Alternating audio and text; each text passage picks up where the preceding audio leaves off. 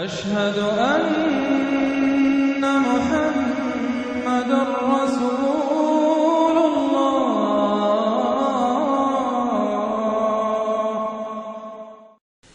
سورۃ القصص، بسم اللہ الرحمن الرحیم۔ یہ جو 8 صورتیں ہیں ان میں نوٹ کر لیجئے کہ 4 صورتیں یہ ایک مزاج کی ہیں تقریباً۔ سورۃ الفرقان، سورۃ الشعراء، سورۃ النمل، سورۃ القصص، یہ آخری ہے اس چوکے کے اندر، یہ آخری ہے۔ پھر 4 وہ ہیں کہ جن میں وہ بالکل نمایاں قدر مشترک ہے کہ اس میں الف لام میم الف لام میم الف لام میم الف لام میم، تو 4 کے یہ 2 سب گروپس ہیں ان 8 صورتوں کے۔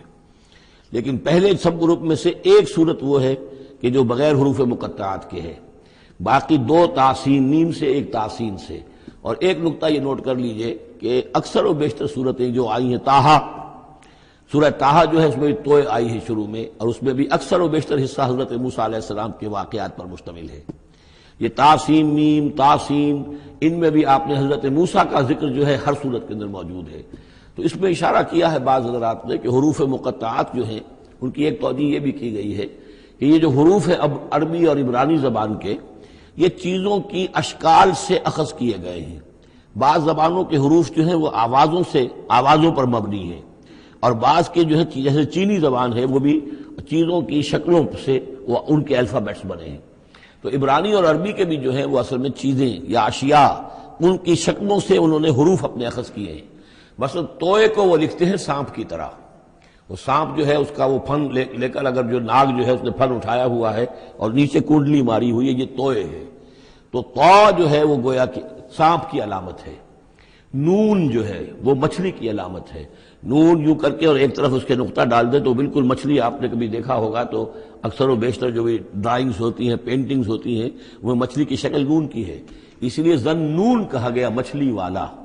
اور قرآن مجید میں ایک سورت ہے سورہ نون، جس کا اختتام ہوتا ہے حضرت یونس علیہ السلام کے ذکر پر، کہ جو مچھلی کے پیٹ میں جن کو اللہ نے پہنچا دیا تھا۔ تو اس اعتبار سے حروف مقطعات میں سے بعض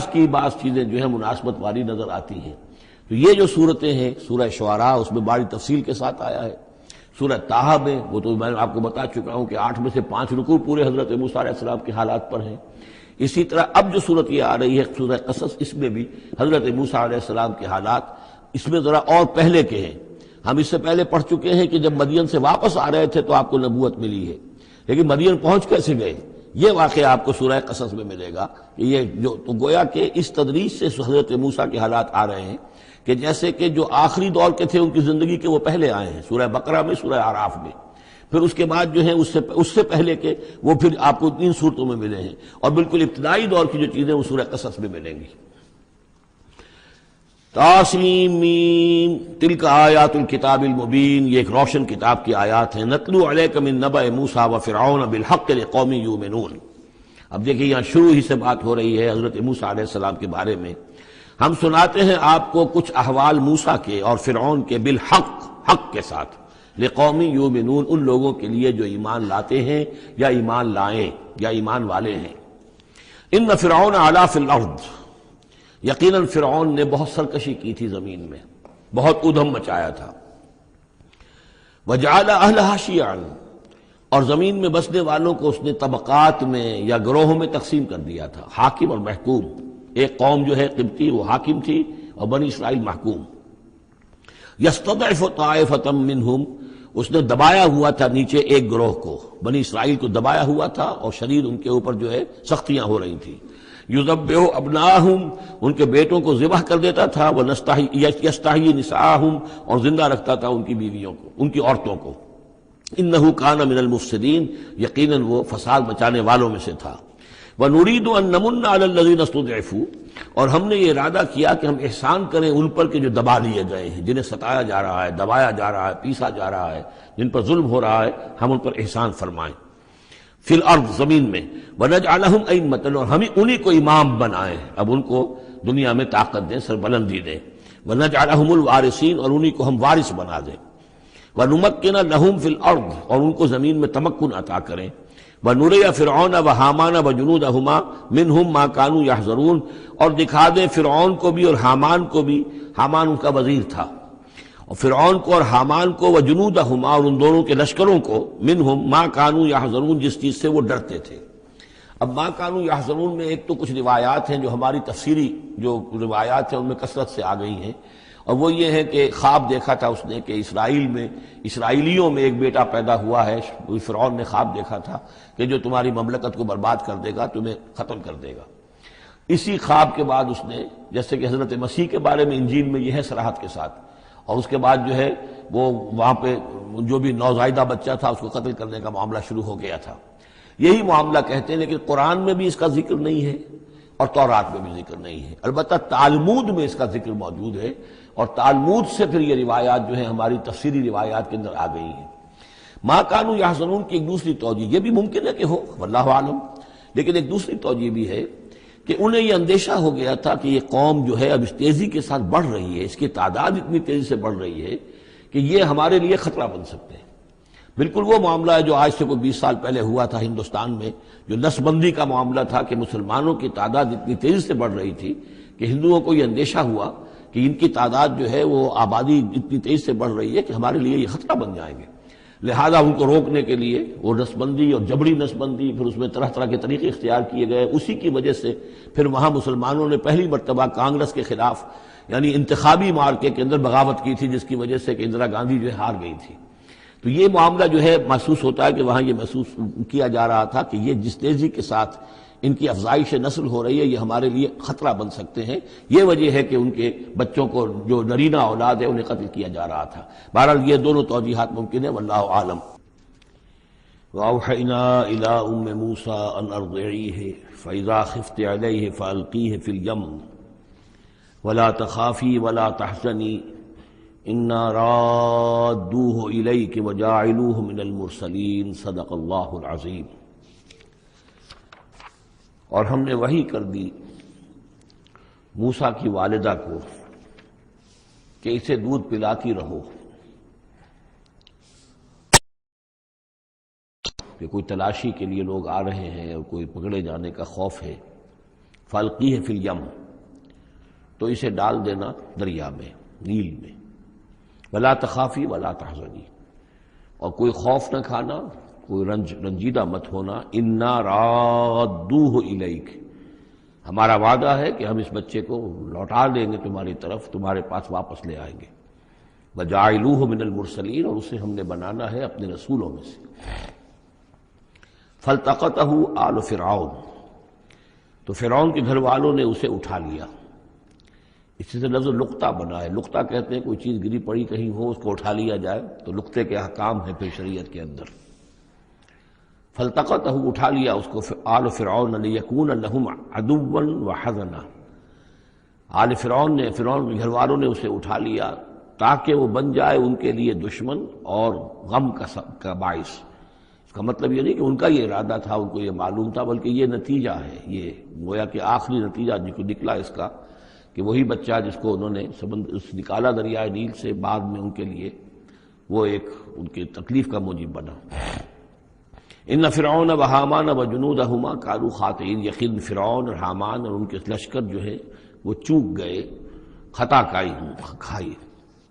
وقالت امرأۃ فرعون، اور کہا فرعون، یہ آنکھوں کی ٹھنڈک ہوگا یہ بچہ میرے لیے بھی اور تیرے لیے بھی۔ فرعون سے کہا اپنے شوہر سے، لا تقتلوہ، اسے قتل نہ کرو، عسیٰ ان ینفعنا، ہو سکتا ہے یہ ہمیں کوئی نفع پہنچائے، مفید ہو ہمارے لیے، اور نتخذہ ولدا، بالکل وہی الفاظ ہیں جو امرأۃ العزیز نے کہے تھے حضرت یوسف علیہ السلام کے بارے میں، ہو سکتا ہے کہ اس سے ہمیں کوئی فائدہ پہنچے یا ہم اسے اپنا بیٹا بنا لیں۔ وَهُمْ لَا يَشْعُرُونَ، اور انہیں اندازہ نہیں تھا کہ وہ کیا کر رہے ہیں۔ وَأَصْبَحَ فُؤَادُ أُمِّ مُوسَىٰ فَارِغًا، اور ادھر موسیٰ کی والدہ کے جذبات جو ہیں اس کے اندر ہیجان پیدا ہو گیا، ان کا دل جو ہے اڑ گیا، اڑا ہو گیا، یعنی جس کو کہتے ہیں کہ دل کے اندر 100 طرح کے ان کے وسوسے پیدا ہوئے۔ ان کادت لتبدی بہی، وہ تو اس درجے مستر ہو گئی تھی کہ شاید ظاہر ہی کر دیتی، بھانڈا ہی پھوڑ دیتی۔ لولا ان ربطنا علی قلبہا، اگر ہم نے اس کے دل کے اوپر اس کو دل کو مضبوط نہ کر دیا ہوتا، اس کو باندھ نہ دیا ہوتا، ڈھارس نہ دی ہوتی اس کے دل کو، لتکون من المؤمنین، تاکہ وہ ہو جائے ایمان والوں میں سے۔ وقالت لاختہ قصیہ، اور موسیٰ کی والدہ نے کہا اپنی بیٹی سے جو کہ بہن تھی حضرت موسیٰ کی، کہا اس کی بہن سے ذرا اس کے پیچھے پیچھے چل۔ فبصرت، وہ دیکھتی رہی، بہی اس کو، عن جنب، اجنبی ہو کر، کہ جیسے میرا کوئی تعلق نہیں ہے، لیکن یہ کہ بہرحال اتفاقاً میں بھی دریا کے کنارے جا رہی تھی، میں نے یہ دیکھا ہے کہ صندوق چلا رہا ہے۔ وہم لا یشعرون، انہیں اس کا احساس نہیں ہوا کہ یہ تو جان بوجھ کر پوری طریقے سے یہاں پہنچی ہے، پورے اپنے ارادے کے ساتھ۔ وحرمنا علیہ المراضع من قبل، اور ہم نے حرام کر دی تھی ان پر تمام دودھ پلانے والیاں حضرت موسیٰ پر اس سے پہلے، یعنی یہ کہ اس بہن کے پہنچنے سے پہلے پہلے انہوں نے بہت سی خواتین کو بلایا تھا جو دودھ پلا سکتی تھی اس کو، لیکن کسی کا دودھ جو ہے وہ پینا قبول نہیں کیا حضرت موسیٰ نے۔ یہ ساری چیزیں اللہ کی طرف سے ہیں، اس کی مشیت ہے، اس کی تقدیر سے ہو رہا ہے۔ وحرمنا علیہ المراضع من قبل فقالت، اب یہ پہنچی وہاں تو وہاں تو تشویش تھی، اتنا بچہ اچھا ہے، خوبصورت ہے۔ والقیت علیک محبۃ منی، یہ ہم پڑھ آئے ہیں سورہ طٰہٰ میں، ایسے موہنی صورت کے اس کے اوپر محبت کا پرتاؤ اللہ تعالیٰ نے اپنی محبت کا پرتاؤ ڈالا۔ تو اب وہ تشویش میں تھے کہ کیا ہوگا اس کا، کون دودھ پلائے۔ ابھی میرا خیال ہے کہ فیڈرز تو ابھی ایجاد نہیں ہوئے ہوں گے کہ دودھ پلانے کا کوئی اور نظام ہو۔ قالت، تو اس نے کہا، هل ادلکم علی اہل بیت یکفلونہ لکم، تو کیا میں تمہاری رہنمائی کروں ایک گھر والوں کی طرف کہ جو اس کی کفالت کریں گے، اس کو پال دیں گے تمہارے لیے، وہم لہ ناصحون، اور وہ اس کے خیر خواہ ہیں۔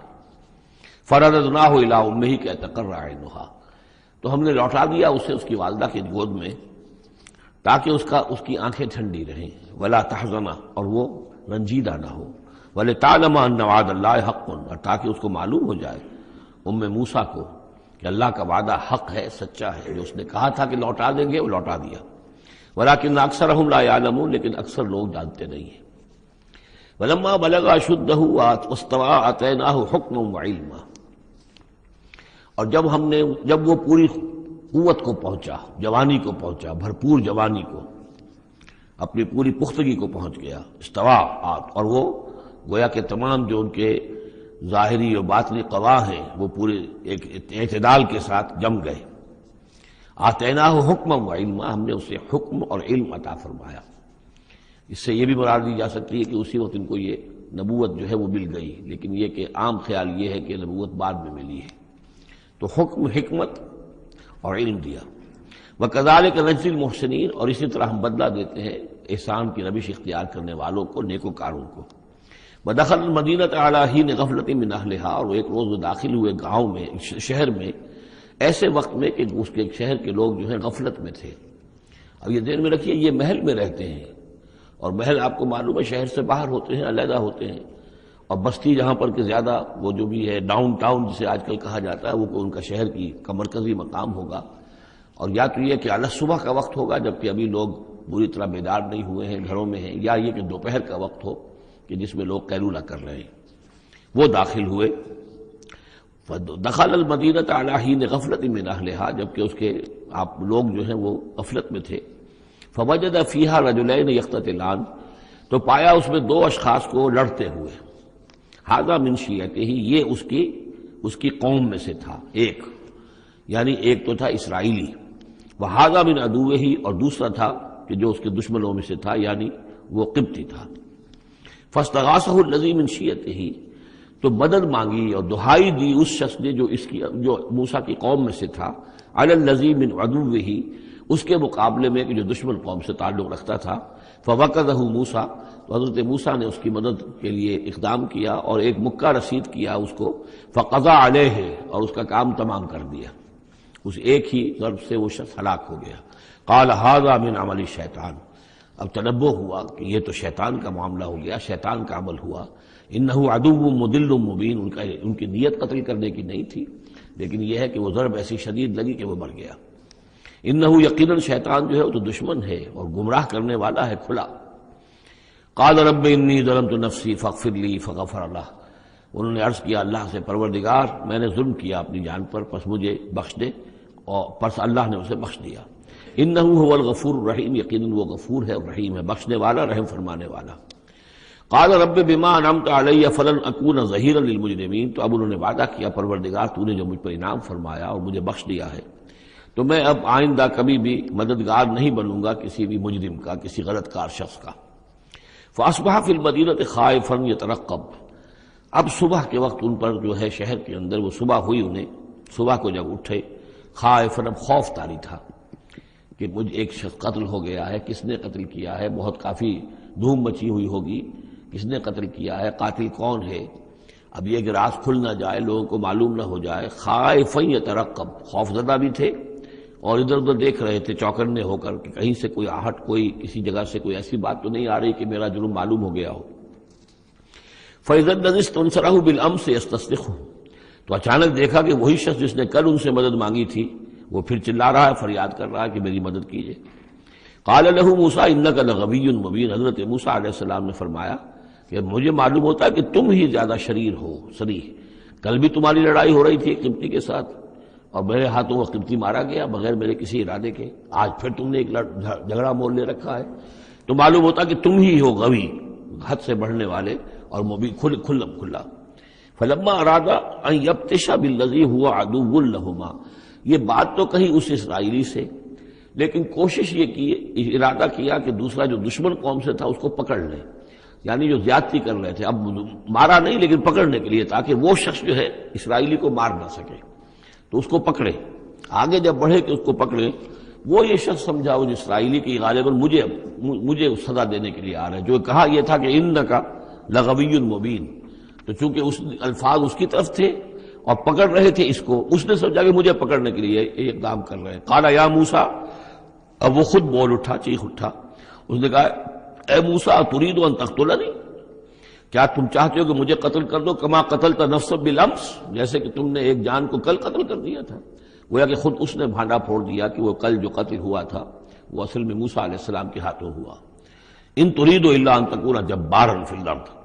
اے موسیٰ واقعتاً تمہارا جو ارادہ ہے وہ صرف یہ ہے کہ تم زمین میں زبردستی تم بڑے یہاں پر جابر بن جاؤ، وما ترید ان تکون من المصلحین، اب چونکہ وہ شریر شخص تھا، خود بدماش تھا،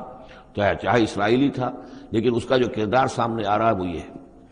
وما ترید ان تکون من المصلحین، اور تم نہیں چاہتے کہ تم مصلحین میں سے بنو، اصلاح کرنے والوں میں سے۔ وجاء رجل من اقصى المدینۃ یسعی، اب یہ کہ ہو سکتا ہے عین اسی وقت ایسا ہوا ہو یا کچھ دنوں کے بعد ہوا ہو، آیا ایک شخص دوڑتا ہوا مدینے کے پرے سے، اقصی المدینہ، مدینے کا دور کا حصہ تھا، وہی جیسا کہ میں نے عرض کیا ہوں کہ ان کے محلات اور بڑے بڑے سرداروں کے وہ تو باہر کے قرب ہوں گے اور وہیں پر فرعون کا محل بھی ہوگا، وہاں سے ایک شخص دوڑتا ہوا آیا، جاء رجل من اقصی المدینۃ، شہر کے پرلے سرے سے ایک شخص آیا، یسعی، دوڑتا ہوا، قال یا موسیٰ، اور اس نے یہ کہا کہ اے موسیٰ ان الملأ یأتمرون بک، یہ جو درباری لوگ ہیں، جو سردار ہیں قوم کے،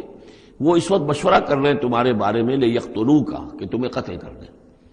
یعنی اب وہاں پر ہو رہی ہے، یہ قرارداد پیش ہو چکی ہے اور تمہارے قتل کے اوپر ان کا اتفاق ہونے والا ہے،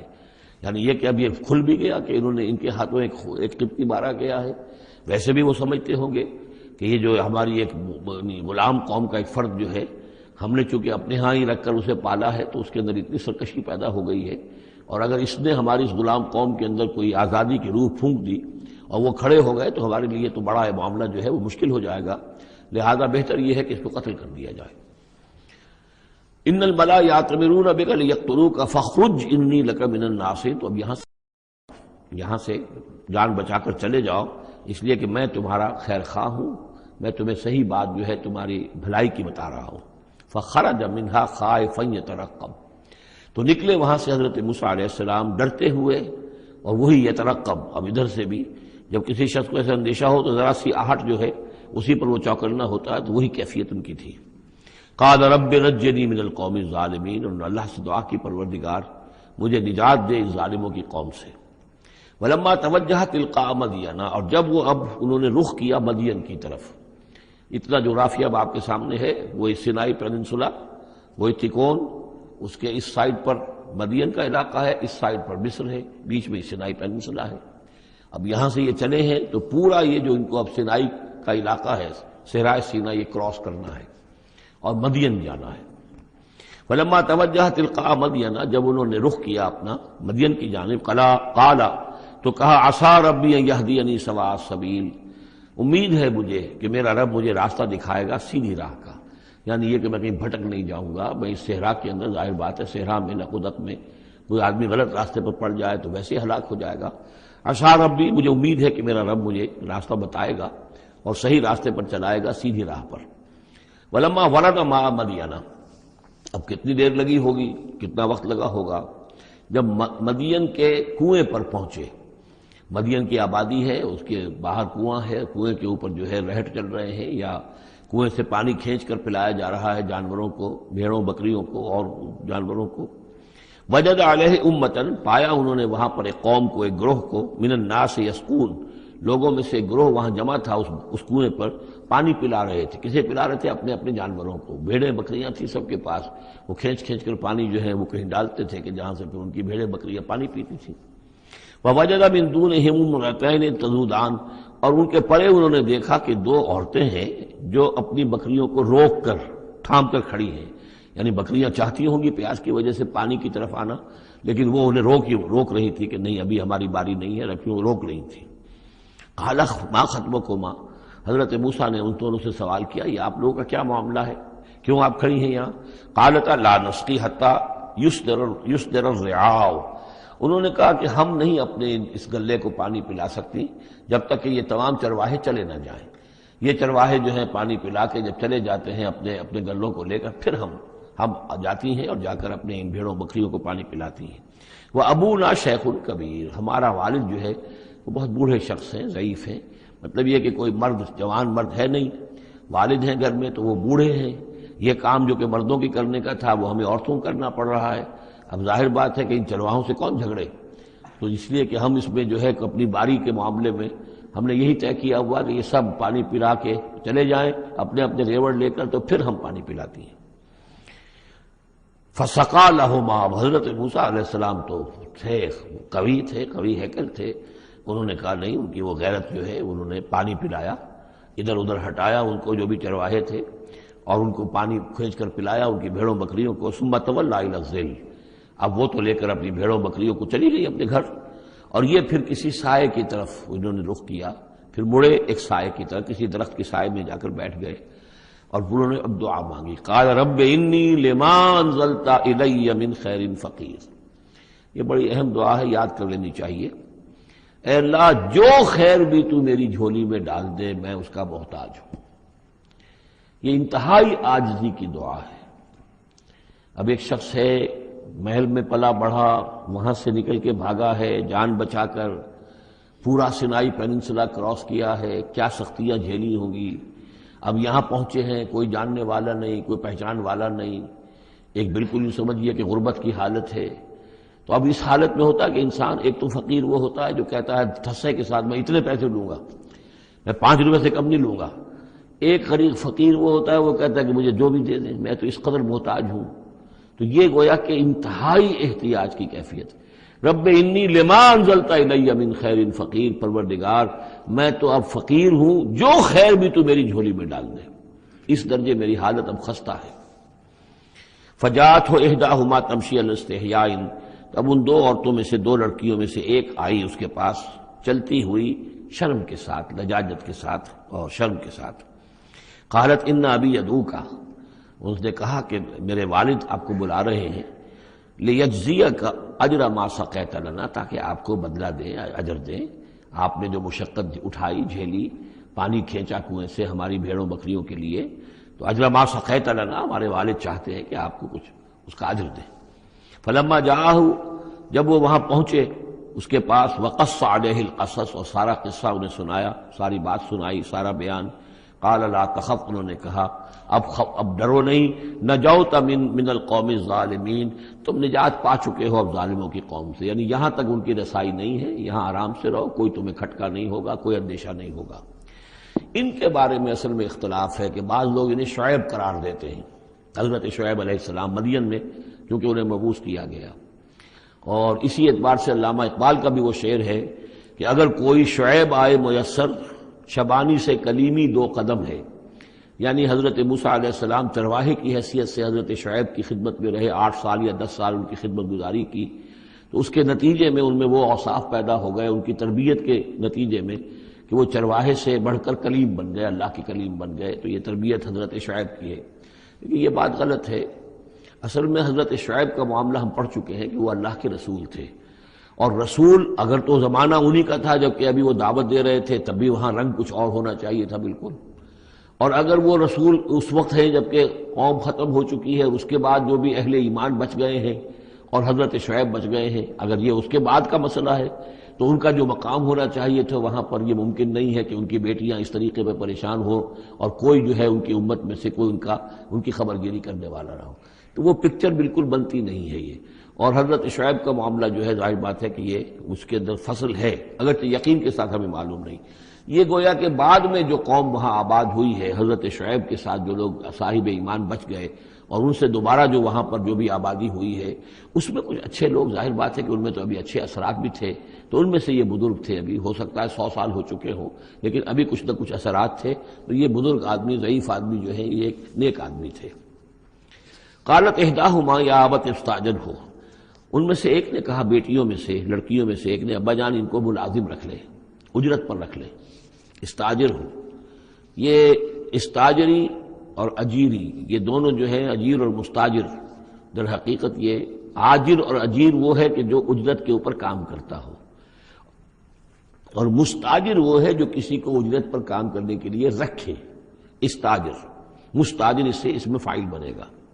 ہمارے ہاں عام طور پر غلط العام میں اجیر اور آجر کو یوں کہتے ہیں کہ آجر تو وہ ہے کہ جو کسی کو اجرت کے پر رکھے، اور اجیر وہ ہے جو اجرت پر کام کرے، حالانکہ عربی میں ان دونوں کے معنی ایک ہی ہیں، آجر اور اجیر، ایک اس میں فاعل ہے، ایک صفت مشبہ ہے، دونوں کا مفہوم ہے اجرت پر کام کرنے والا، اور جو اجرت پر کام لیتا ہے وہ مستاجر ہے۔ یا ابت استاجر ہو، ابا جان ان کو ملازم رکھ لیں۔ ان خیر من استاجرت القوی الامین، یقیناً بہترین آدمی جسے ملازم رکھا جائے وہی ہوتا ہے جو القوی ہو، طاقتور ہو۔ وہ دیکھ لیا تھا کہ حضرت موسیٰ علیہ السلام سے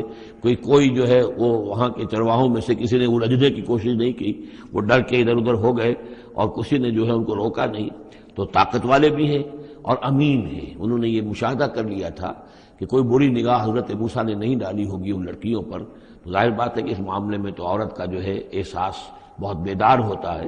کہ کسی مرد کی عورت کس قسم کی نگاہ جو ہے کس قسم کی ہے جو اس پر پڑ رہی ہے۔ تو اسے چونکہ ذاتی تجربہ ہو چکا تھا کہ ان کے اندر وہ امانت پوری موجود ہے اور کسی درجے میں بھی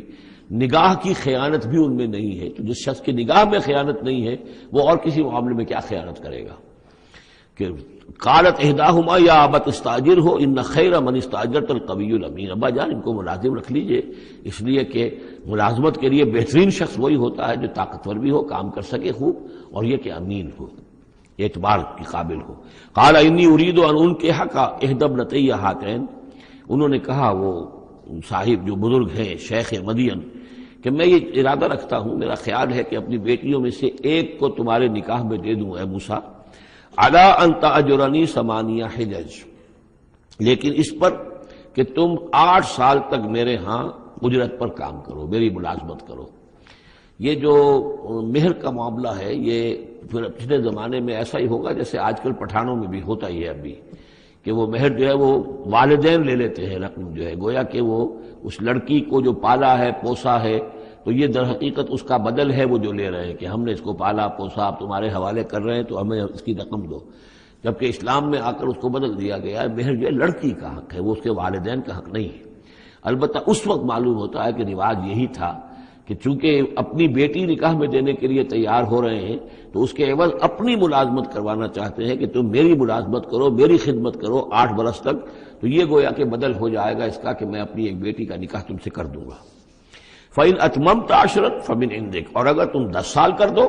تو یہ تمہاری طرف سے ہے، یہ گویا کہ تمہاری طرف سے ایک احسان ہوگا۔ 8 سال پورے کر دو، اس میں محنت کرو، یہاں مزدوری کرو، میرے بھیڑوں بکریوں کو چراؤ اور گھر کے کام کرو، تو پھر میں اپنی بیٹی تمہارے حوالے کر دوں گا، اس کا نکاح کر دوں گا تم سے، یا یہ کہ 10 سال کر دو تو یہ تمہاری طرف سے اضافی بات ہوگی۔ وما اريد ان اشق عليك، اور ساتھ ہی یہ بھی دیکھ لو میں تم پر کوئی سختی کرنے کا ارادہ نہیں رکھتا، یعنی تمہیں جو ملازم رکھ رہا ہوں تو ایسا نہیں کہ بہت بھاری کام تم پر ڈالوں گا، میں تمہیں مشقت میں ڈالنا نہیں چاہتا۔ ستجدنی انشاءاللہ من الصالحین، تم انشاءاللہ مجھے پاؤ گے کہ میں نیک انسان ہوں، صحیح ہوں، راست باز ہوں، اور جو معاملہ ہے معاملے کا کھرا آدمی ہوں۔ قال ذلک بینی و بینک، حضرت موسیٰ نے فرمایا ٹھیک ہے، یہ پھر میرے اور آپ کے درمیان یہ بات طے ہو گئی۔ ایم الاجلین قضیت، ان دونوں مدتوں میں سے جو بھی میں پوری کر دوں۔ 10 سال کا آپ تقاضا نہیں کر سکتے، تقاضا 8 سال کا ہوگا، ویسے یہ کہ میں چاہوں تو 10 سال پورے کر دوں، لیکن وہ میری آپشن پر ہوگا۔ ایم الاجلین قضیت فلا عدوان علی، پھر مجھ پر کوئی زیادتی نہ ہو۔ واللہ علی ما نقول وکیل، اور جو کچھ ہم کہہ رہے ہیں اللہ اس پر وکیل ہے، اللہ ہی اس کا ذمہ دار ہے۔ فلما قضا موسیٰ الاجل، جب موسیٰ نے وہ مدت پوری کر دی، وسارا باہلہ، اب وہ اپنے گھر والوں کو لے کر چلے، اب مصر کی طرف واپس لوٹ رہے ہیں کہ اب اتنا عرصہ بیت گیا ہے، 10 سال ہو گئے یا 8 سال ہو گئے یا 9 سال ہو گئے، اب بہرحال وہ معاملہ بھی ٹھنڈا پڑ چکا ہوگا، وہاں پر قتل وغیرہ کا کیا حالات وہاں ہوئے یہ بھی معلوم نہیں ہے۔ بہرحال وہ چلے ہیں واپس، سارا باہلہ لے کر چلے اپنے گھر والوں کو، یعنی اپنی اہلیہ کو۔ آنس من جانب طور نارا، انہوں نے پہاڑ کی ایک طرف ایک سائڈ پر طور کے انہوں نے آگ دیکھی۔ قال لأہلہم کثوا، انہوں نے کہا اپنے گھر والوں سے کہ ذرا یہاں انتظار کرو، ٹھہرو، انی آنست نارا، میں نے آگ دیکھی ہے، لعلی آتیکم منہا بخبر، ہو سکتا ہے کہ میں وہاں سے یہاں جاؤں اور وہاں سے کوئی خبر لے کر آؤں، یعنی یہ کہ راستے کے بارے میں معلومات صحیح کہ کہیں ہم بھٹک تو نہیں گئے، ہم کدھر جا رہے ہیں۔ او جذوۃ من النار، یا پھر میں آگ کا ایک انگارہ لے آؤں وہاں سے، لعلکم تصطلون، تاکہ اس سرد رات میں یہاں ہم آگ جلا لیں، اور یہ کہ اس سے کہ آپ لوگ جو ہیں وہ سینک سکیں۔ فلما اتاها نودی من شاطئ الوادی الایمن فی البقعۃ المبارکۃ من الشجرۃ، تو جب وہ وہاں پہنچے تو ندا آئی، میدان کے داہنے کنارے، جو برکت والا میدان تھا اس کے داہنے کنارے سے ایک خاص جھنڈ میں سے آواز آئی، مبارکہ، کہ جو بہت برکت والا تھا، من الشجرۃ، شجر کے درخت کے جھنڈ میں، ان یا موسیٰ انی انا اللہ رب العالمین، کہ اے موسیٰ میں اللہ ہوں تمام جہانوں کا پروردگار۔ وان الق عصاک، اور یہ ابھی ہم پڑھ چکے ہیں کئی مرتبہ یہ چیزیں، اور اب ڈال دو زمین پر اپنی لاٹھی۔ فلما رآہا تہتز کانہا جان، جب انہوں نے دیکھا کہ وہ تو حرکت کر رہی ہے جیسے کہ سانپ ہو، ولا مدبرا ولم يعقب، یہی وہاں پہ آ چکا، سورۃ النمل میں بھی آ چکا ہے۔ تو موسیٰ علیہ السلام جو ہے وہاں سے پیٹھ موڑ کر بھاگے اور انہوں نے پیچھے مڑ کر نہیں دیکھا۔ یا موسیٰ اقبل، اللہ نے فرمایا اے موسیٰ نہیں، آؤ، اقبل ولا تخف، اور ڈرو نہیں، انک من الآمنین، یقیناً تم بالکل امن میں ہوگے، تمہیں کوئی غضب نہیں پہنچے گا۔ اسلک یدک فی جیبک، اور اپنا ہاتھ جو ہے ذرا اپنے گریبان میں ڈالو، تخرج بیضاء من غیر سوء، وہ نکلے گا سفید ہو کر بغیر اس کے کہ اس میں کوئی بیماری ہو یا اس میں کوئی اور برائی پیدا ہو۔ وَاضْمُمْ یدک الیک جناحک من الرہب، اور اگر کبھی تمہیں کوئی خوف لاحق ہو تو ذرا اپنے بازو کو اپنی بغل کے ساتھ اچھی طرح جوڑ لینا۔ یہ گویا کہ کوئی خاص ترکیب بتائی گئی ہے کہ اس طریقے سے خوف کے اثرات جو ہیں وہ زائل ہو جائیں گے۔ فَذَانِکَ بُرْہَانَانِ مِن رَبِّکَ، باقی وہ دو جو ہیں وہ ہم نے تمہیں برہانیں دی ہیں، جو یہ دلیلیں دی ہیں، نشانیاں دی ہیں، معجزے دیے ہیں۔ ذَانِکَ بُرْہَانَانِ مِن رَبِّکَ إِلَىٰ فِرْعَوْنَ وَمَلَئِهِ، کہ اب تم فرعون اس کے سرداروں کے پاس جاؤ، انہم کانوا قوما فاسقین، یقیناً وہ ایک فاسق اور فاجر اور سرکش قوم بن گئے ہیں۔ قال رب انی قتلت منہم نفسا، حضرت موسیٰ نے عرض کیا پروردگار میں نے ان کی قوم کے ایک شخص کو قتل کر دیا تھا، فاخاف ان یقتلون، مجھے تو اندیشہ یہ ہے کہ جیسے ہی میں وہاں جاؤں گا وہ مجھے قتل کر دیں گے۔ یعنی ایک تو یہ کہ میں خاموشی سے جاؤں، جا کر کہیں چھپ جاؤں، کہیں پتہ بھی نہ چلے کہ موسیٰ آ گئے، کہاں آ گئے، کہیں جا کر آباد ہو جاؤں۔ ایک یہ کہ میں جاؤں اور فرعون کے ہاں جاؤں اور جا کر وہاں پیغام پیش کروں، تو اس میں تو مجھے اندیشہ یہ ہے کہ فوری طور پر مجھ پر مقدمہ قائم ہوگا اور مجھے قتل کر دیا جائے گا۔ وَأَخِي ہارون، اور میرا جو بھائی ہارون ہے، میرے بڑے بھائی، ہوا افصح منی لسانا، ان کی زبان مجھ سے زیادہ صاف ہے، وہ گفتگو کرنے میں زیادہ مہارت رکھتے ہیں۔ فَأَرْسِلْهُ مَعِيَّ، تو انہیں بھی میرے ساتھ بھیج دیجئے، رِدْءً، میری مدد کے لیے، یصدقنی، تاکہ وہ میری تصدیق کریں، انی اخاف ان یکذبون، مجھے اندیشہ ہے کہ وہ مجھے جھٹلائیں گے۔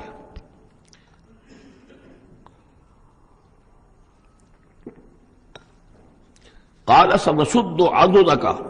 باخیک، اللہ تعالیٰ نے فرمایا ٹھیک ہے، ہم تمہارے بازو کو مضبوط کریں گے تمہارے بھائی کے ذریعے سے، وَنَجْعَلُ لَكُمَا سُلْطَانًا، اور ہم تمہارے لیے دونوں کے لیے ایسا روب تمہارے اندر پیدا کر دیں گے، فَلَا يَصِلُونَ إِلَيْكُمَا، کہ وہ تمہاری طرف آگے بڑھ نہیں سکیں گے، تمہاری طرف تمہیں ہاتھ نہیں لگا سکیں گے۔ یعنی یہ بھی جیسے کہ ایک وقت میں ہم نے تمہارے چہرے پر ایسی محبت کا پرتو ڈال دیا تھا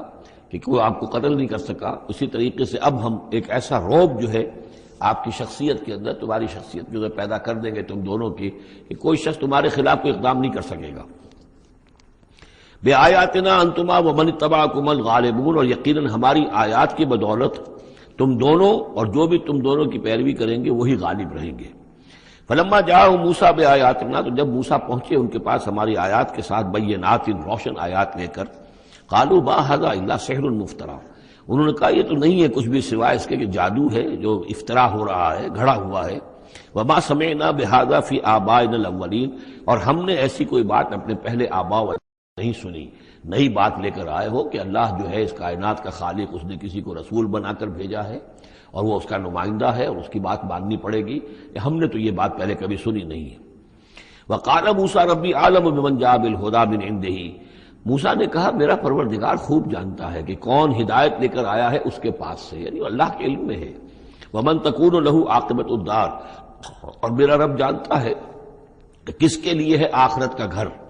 انہ لا یفلح الظالمون، یقیناً ظالم فلاح نہیں پاتے۔ وقال فرعون یا ایھا الملأ ما علمت لکم من الہ غیری، اور کہا فرعون نے کہ اے میرے سرداروں، اے میرے درباریوں سرداروں، ما علمت لکم من الہ غیری، میں نہیں جانتا تمہارے لیے اپنے سوا کوئی الہ، میں الہ ہوں تمہارا، میں مالک ہوں، میں خالق تو نہیں لیکن میں ایک رب ہوں یہاں، اس معنی میں کہ میرا حکم ہے، میری حکومت ہے، میری مرضی چلتی ہے، یہ میرا اختیار ہے، اس کے سوا میں کسی کو رب ماننے کو تیار نہیں، کوئی الہ ماننے کو تیار نہیں۔ ما علمت لکم من الہ غیری فاوقد لی یا حامان، تو اے حامان ذرا آگ دے، بھٹا جو ہے اینٹوں کا، اس میں جو تین جو گارے کی اینٹیں ہیں ان کو ذرا پکاؤ بھٹے کے اندر، آگ لگاؤ، فاجعل لی صرحا، اور پھر میرے لیے ایک بہت بڑی عمارت بناؤ، لعلی اطلع الی الہ موسیٰ، یہ موسیٰ جو کہتا کہ اللہ ہے اور وہ آسمانوں پر ہے، تو میں ذرا اونچا ہو کر دیکھوں تو صحیح، جھانکوں تو صحیح آسمانوں میں، ایک ایسی اونچی عمارت کے اوپر چڑھ کر کہ میں دیکھوں کہ میں موسیٰ کے الہ کو میں جھانکنے کی کوشش کروں۔ وَإِنِّي لَأَظُنُّهُ مِنَ الْكَاذِبِينَ، اور میں تو سمجھتا ہوں کہ وہ جھوٹ بول رہا ہے۔ وَاسْتَكْبَرَ هُوَ وَجُنُودُهُ، استکبار کیا، گھمنڈ کیا، تکبر کیا اس نے بھی اور اس کے لشکروں نے بھی، فی الارض، زمین میں، بغیر الحق، نا حق، انہیں کوئی اختیار، کوئی حق اس کا حاصل نہیں تھا۔ وَظَنُّوا أَنَّهُمْ إِلَيْنَا لَا يُرْجَعُونَ، اور انہوں نے یہ گمان کیا کہ وہ ہماری طرف لوٹائے نہیں جائیں گے۔ فَأَخَذْنَاهُ وَجُنُودَهُ فَلَمَزْنَاهُمْ فِي الْيَمِّ، تو ہم نے پکڑا اس کو اور اس کے لشکروں کو اور ہم نے ان کو پھینک دیا پھر سمندر میں۔ فانظر کیف کان عاقبۃ الظالمین، تو دیکھو کیسا انجام ہوا ظالموں کا۔ وجعلناہم ائمۃ یدعون الی النار، اور ہم نے انہیں بنا دیا امام کہ جو لوگوں کو آگ کی طرف بلانے والے تھے، یعنی فرعون اور اس کے درباری لوگوں کو آگ کی طرف بلانے والے بن گئے۔ وَيَوْمَ الْقِيَامَةِ لَا يُنصَرُونَ، اور قیامت کے دن ان کی کوئی مدد نہیں کی جائے گی۔ وَأَتْبَعْنَاهُمْ فِي هَذِهِ الدُّنْيَا لَعْنَةً، اور ہم نے اس دنیا میں بھی ان پر ان کے پیچھے لعنت لگا دی ہے، لعنت رکھ دی ہے جو ان کا پیچھا کر رہی ہے۔ وَيَوْمَ الْقِيَامَةِ هُمْ مِنَ الْمَقْبُوحِينَ، اور قیامت کے دن یقیناً وہ بہت ہی برائی کی کیفیت میں ہوں گے۔ وَلَقَدْ آتَيْنَا مُوسَى الْكِتَابَ مِنْ بَعْدِ مَا أَهْلَكْنَا الْقُرُونَ الْأُولَىٰ، اور ہم نے موسیٰ کو کتاب عطا فرمائی اس کے بعد کہ ہم نے پہلی جماعتوں کو ہلاک کر دیا تھا۔ بصائر للناس،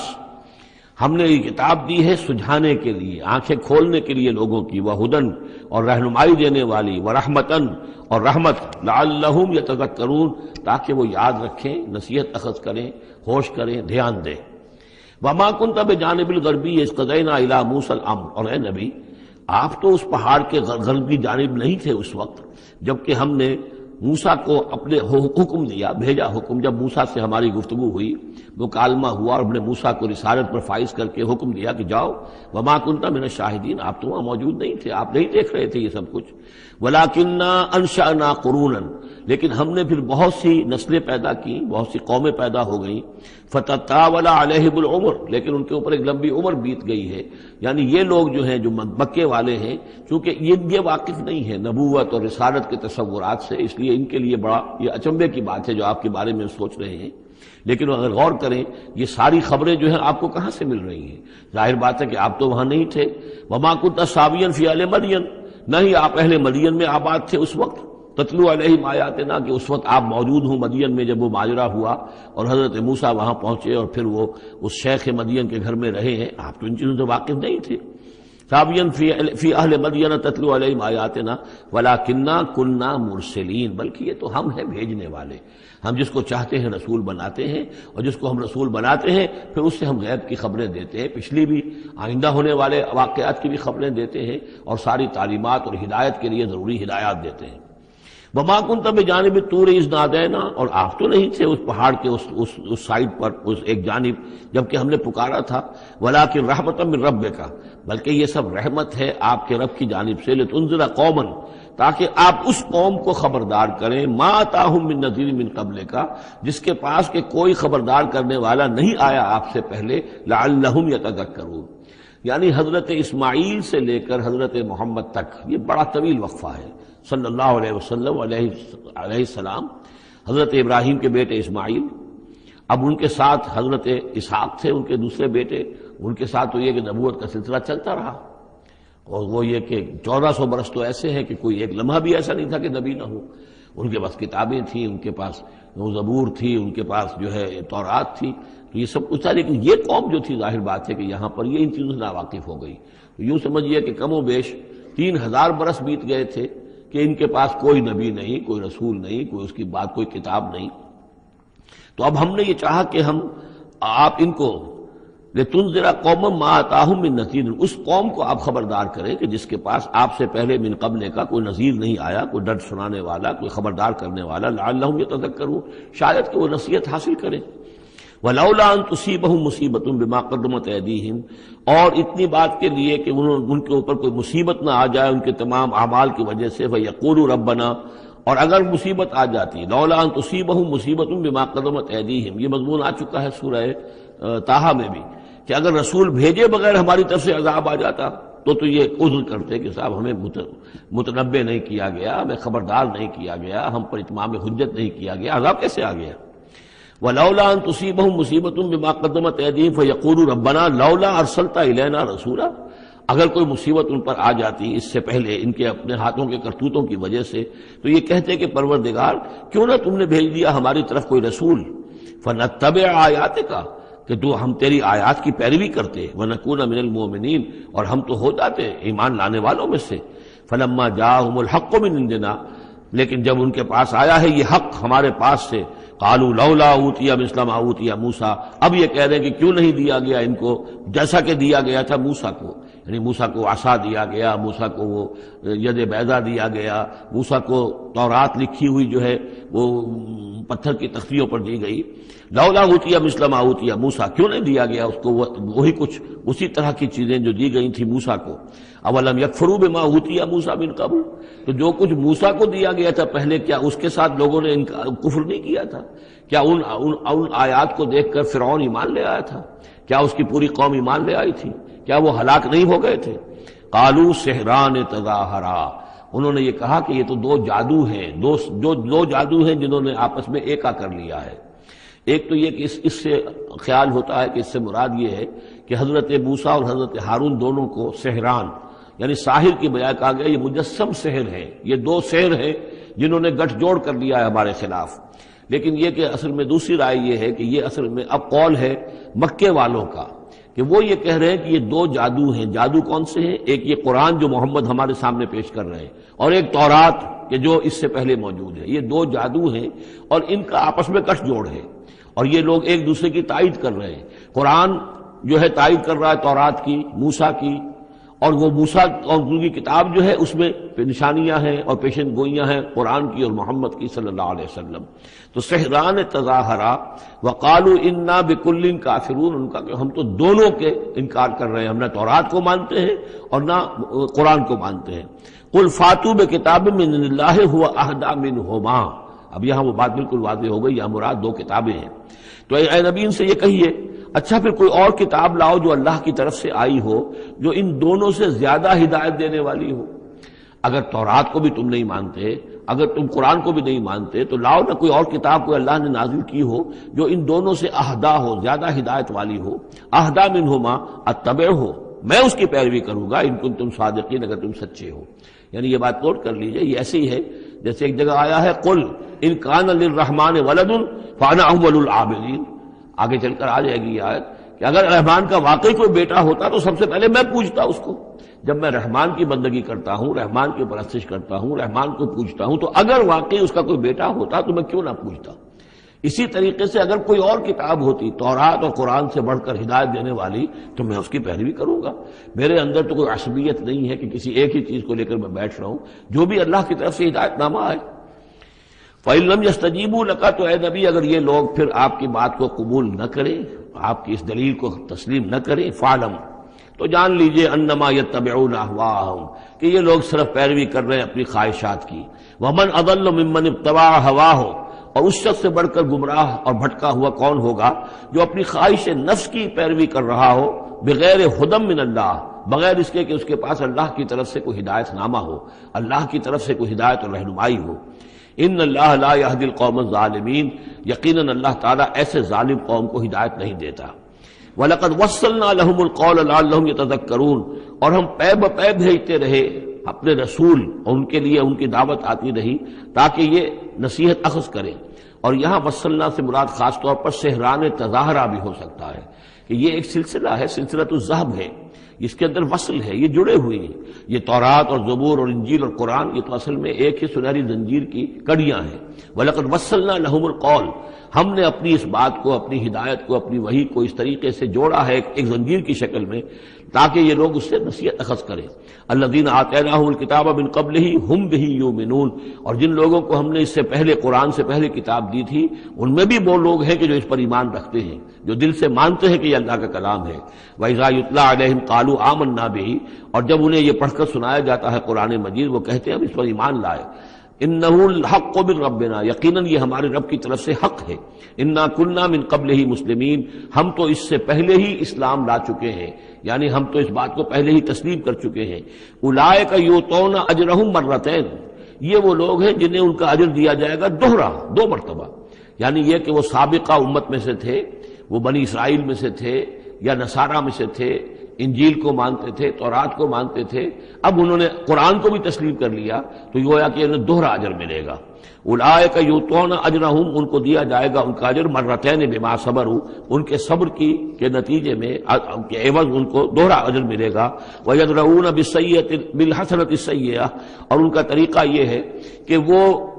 دفع کرتے ہیں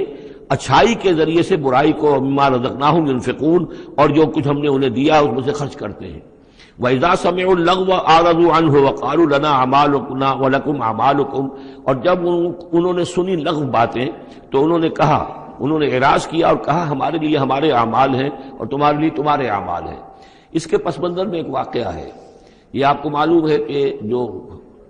پہلی ہجرت ہوئی تھی تو وہ ابیسینیا کی طرف تھی، حبشہ کی طرف تھی، تو وہاں کچھ لوگ ایمان لے آئے تھے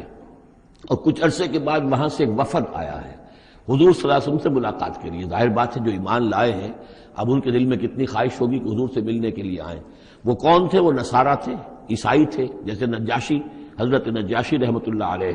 ہم انہیں صحابی نہیں مان سکتے اس لیے کہ حضور سے ملاقات نہیں ہوئی، لیکن تابعی تو ماننا پڑے گا کہ حضور کے صحابہ کو انہوں نے دیکھا ہے. یہ جتنے بھی صحابہ گئے تھے مکے سے ہجرت کر کے تو ان کو چونکہ دیکھا لہٰذا تابعی ہیں. ہم ان کے لیے رضی اللہ عنہ نہیں کہتے بلکہ ہم رحمۃ اللہ علیہ کہتے، تابعین میں سے. ان کی نماز جنازہ حضور نے غائبانہ نماز جنازہ صرف ایک ہے جو حضور نے پڑھائی ہے اور وہ حضرت نجاشی کی ہے. بہرحال وہاں سے جو پھر ایک وفد آیا تھا حضور سے ملاقات کے لیے، جب یہ لوگ آئے مکے میں تو مکے والوں نے ان کو استہزاء بھی کیا، مذاق بھی ہوا، دیکھو ان پاگلوں کو، بے وقوفوں کو، ان کے پاس کتاب بھی تھی، یہ تو ان سے بہتر تھے، اب یہ محمد پہ ایمان لے آئے ہیں، یہاں پر آئے ہیں. استہزاء بھی کر رہے تھے، تمسخر بھی کر رہے تھے. تو اس پر انہوں نے کہا کہ دیکھیے ہمارا آپ سے کوئی سروکار نہیں، آپ کے لیے آپ کے اعمال، ہمارے لیے ہمارے اعمال. ہم پہلے بھی حق پر تھے اور جب یہ نیا حق ہمارے سامنے آیا ہے دی قرآن، ہم اس پر بھی ایمان لے آئے ہیں. تو یہ ان کا معاملہ ہے. وَإِذَا سَمِعُوا اللَّغْوَ، جب انہوں نے وہ لغو باتیں سنی جو کہ مکے کے لوگ جو ہیں ان کے ساتھ کر رہے تھے، اعرضوا عنہ، تو انہوں نے اعراض کیا. اب ظاہر بات ہے کہ وہ آئے ہوئے تھے، مسافر تھے، وہاں پر خام خواہ جھگڑا کر لیں، اس میں بھی وہ بات مناسب نہیں تھی. وقالوا لنا اعمالنا، انہوں نے کہا دیکھیے آپ ہم سے کاہے کو جھگڑتے ہیں، ہمارے لیے ہمارے اعمال ہیں. ولکم اعمالکم، اور آپ کے لیے آپ کے اعمال ہیں. سلام علیکم لا نبتغی الجاہلین، آپ کو سلام ہم کرتے ہیں اور ہم جاہلوں سے الجھنا نہیں چاہتے، ہم نہیں چاہتے کہ جاہلوں کے ساتھ ہم خام خواہ الجھیں. انک لا تہدی من احببت، اے نبی آپ ہدایت نہیں دے سکتے جس کو بھی آپ چاہیں. ولیکن اللہ یہدی من یشاء، بلکہ یہ اللہ ہی کا اختیار مطلق ہے، وہ ہدایت دیتا ہے جس کو چاہتا ہے. وہو اعلم بالمہتدین، اور یقیناً وہ خوب جانتا ہے کون ہے ہدایت پانے والے، کون ہے ہدایت کے طالب، جن کے دلوں میں طلب ہے. اللہ جانتا ہے، انہی کو وہ ہدایت دے گا. لہذا یہ کہ یہ آپ کے اختیار میں نہیں ہے. اور یہ آیت خاص طور پر ابو طالب کے لیے، جو سن 10 کے اندر انتقال ہوا ہے ابو طالب کا، اور یہ کہ اس وقت تک یہ ایمان نہیں لائے، اگرچہ حضور صلی اللہ علیہ وسلم نے بارہا چاہا کہ چچا جان آپ ایمان لے آئیے، آپ میرے کان میں ہی کلمہ پڑھ دیجیے اشہد ان لا الہ الا اللہ و اشہد ان محمد رسول اللہ، تاکہ میں اللہ کی گواہی دے سکوں. لیکن یہ کہ بہرحال وہ دنیا سے محروم گئے. لیکن یہ کہ میں ادب کے ساتھ ان کا نام اس لیے لے رہا ہوں کہ حضور پر یقیناً ان کا احسان ہے، اور حضور پر احسان ہے تو ہم سب پر احسان ہے. لہذا اس اعتبار سے نام جو ہے ان کا میں ادبی سے لے رہا ہوں. وقالوا ان نتبع الہدی معک، اور وہ یہ کہتے ہیں کہ اے محمد صلی اللہ علیہ وسلم اگر ہم آپ کے ساتھ ہدایت کی پیروی کریں، یعنی جو ہدایت آپ پیش کر رہے ہیں اگر ہم اسے قبول کر لیں، ہم ایمان لے آئیں، نتخطف من ارضنا، تو ہم اپنی زمین سے اچک لیے جائیں گے. یہ لفظ یہاں نوٹ کر لیجئے، یہ ایک دو مرتبہ اور بھی آئے گا، اور یہ لفظ ہم پڑھ چکے ہیں سورہ انفال میں. وَاذْكُرُوا إِذْ أَنْتُمْ قَلِيلٌ مُسْتَضْعَفُونَ فِي الْأَرْضِ تَخَافُونَ أَنْ يَتَخَطَّفَ النَّاسُ يَتَخَطَّفَكُمُ النَّاسُ، یاد کرو جب کہ تم کم تھے تعداد میں اور تمہیں زمین میں دبا لیا گیا تھا اور تمہیں اندیشہ تھا کہ لوگ تمہیں اچک لے جائیں گے. تو یہ اچک لے جانا جو ہے یعنی کسی کو ختم کر دینا، کسی کے لیے بڑی تباہی کا سامان لے آنا. لوگ یہ کہتے تھے کہ اے محمد اگر ہم آپ پر ایمان لے آئیں گے تو یہ پورا عرب جو ہے یہ مشرک ہے، کافر ہے، تو ہمیں تو یہ سب کے سب ختم کر دیں گے. نتخطف، ہم اچک لیے جائیں گے من ارضنا، اپنی زمین سے. لہذا آپ کی بات صحیح ہے، دل میں بھی ہمارے لگتی ہے، بات بھی ٹھیک ہے، لیکن یہ کہ پورے عرب کی دشمنی کیسے مول لے رہے ہیں، یہ پورے قریش کی دشمنی ہم کیسے مول لے رہے ہیں، ہمارے اندر ان کے مقابلے کی جرت نہیں ہے. تو جیسا کہ میں نے عرض کیا کہ کچھ لوگ تو ہوتے ہیں کہ ہٹ کے بعد آباد، وہ حق کے یعنی ساتھ ان کی وفاداری کا یہ عالم ہوتا ہے کہ جو ہو سو ہو وہ اس کے لیے تیار ہے، اپنی جانیں دینے کے لیے تیار ہے. لیکن سب لوگوں کا معاملہ یہ نہیں ہوتا. کچھ لوگ ہیں منتظر رہتے ہیں کہ ذرا کچھ لوگ آگے چلیں، کچھ نشانات راہ بن جائیں تو پھر ہم بھی چلیں گے. السابقون الاولون من المہاجرین والانصار والذین اتبعوہم باحسان، وہ ذرا پیچھے پیچھے آتے ہیں، وہ دوسرے درجے کے لوگ ہو گئے. کچھ اور لوگ ہوتے ہیں کہ جن میں اتنی بھی ہمت نہیں ہوتی، ان کا یہ قول آ رہا ہے. وقالوا ان نتبع الہدی معک، اور وہ کہتے ہیں کہ اے محمد اگر ہم آپ کی ہدایت کی پیروی کریں یا آپ کے ساتھ اس ہدایت کی پیروی کریں، نتخطف من ارضنا، ہم اچک لیے جائیں گے اپنی زمین سے، بے دخل کر دیے جائیں گے، نکال باہر کیے جائیں گے. اولم نمکن لہم حرما آمنا، اب اللہ تعالیٰ جواب دے رہے ہیں کیا ہم نے ان کو اس حرم کے اندر متمکن نہیں کیا ہے؟ اس حرم کو عمل کی جگہ کس نے بنایا ہے؟ ہم نے بنایا ہے. یجبا الیہ ثمرات کل شیء، اس حرم کی طرف، اس کعبے کی طرف، اس مکے کی طرف ہر چیز کے ثمرات کھینچے چلے آ رہے ہیں. یعنی حج کے لیے لوگ آتے ہیں تو پوری آج بھی آپ دیکھیے تو اس کا نقشہ، پوری دنیا کا پھل آپ کو مکے میں مل جائے گا، اس لیے کہ ہر گوشے سے بہترین جو ہے چیزیں آپ کو وہاں ملیں گی. اور یہ ہمیشہ سے تھا، اس لیے کہ حاجی لوگ آتے تھے، جہاں جہاں سے آتے تھے وہ وہاں کی چیزیں لے کر آتے تھے. تو ہم نے اس حرم کی سرزمین کو تمہارے لیے امن کی جگہ بنایا، تمہیں یہاں پر ہم نے جگہ دی، تمہیں ہم نے یہاں پر تمکن عطا کیا، اس کی طرف تمام چیزوں کے ثمرات اور پھل اور میوے جو ہیں وہ کھینچے چلے آ رہے ہیں. رزقا من لدنا، یہ خاص رزق ہے ہماری طرف سے، اس لیے کہ ہمارے بندے ابراہیم نے اس کی دعا کی تھی کہ پروردگار میں نے اپنی نسل کو یہاں آباد کیا ہے. ربنا انی اسکنت من ذریتی بواد غیر ذی زرع عند بیتک المحرم ربنا لیقیموا الصلاۃ فاجعل افئدة الناس تهوی الیہم وارزقهم من الثمرات. اب ان کو جو ہے میووں کی شکل میں رزق پہنچا تو ہم پہنچا رہے ہیں، ولیکن اکثرهم لا یعلمون، لیکن ان کی اکثریت علم نہیں رکھتی۔ وَكَمْ أَهْلَكْنَا مِنْ قَرْيَةٍ بَطِرَتْ مَعِیشَتَهَا، اور کتنی ہی بستیوں کو ہم نے ہلاک کیا ہے، کتنے ہی شہروں کو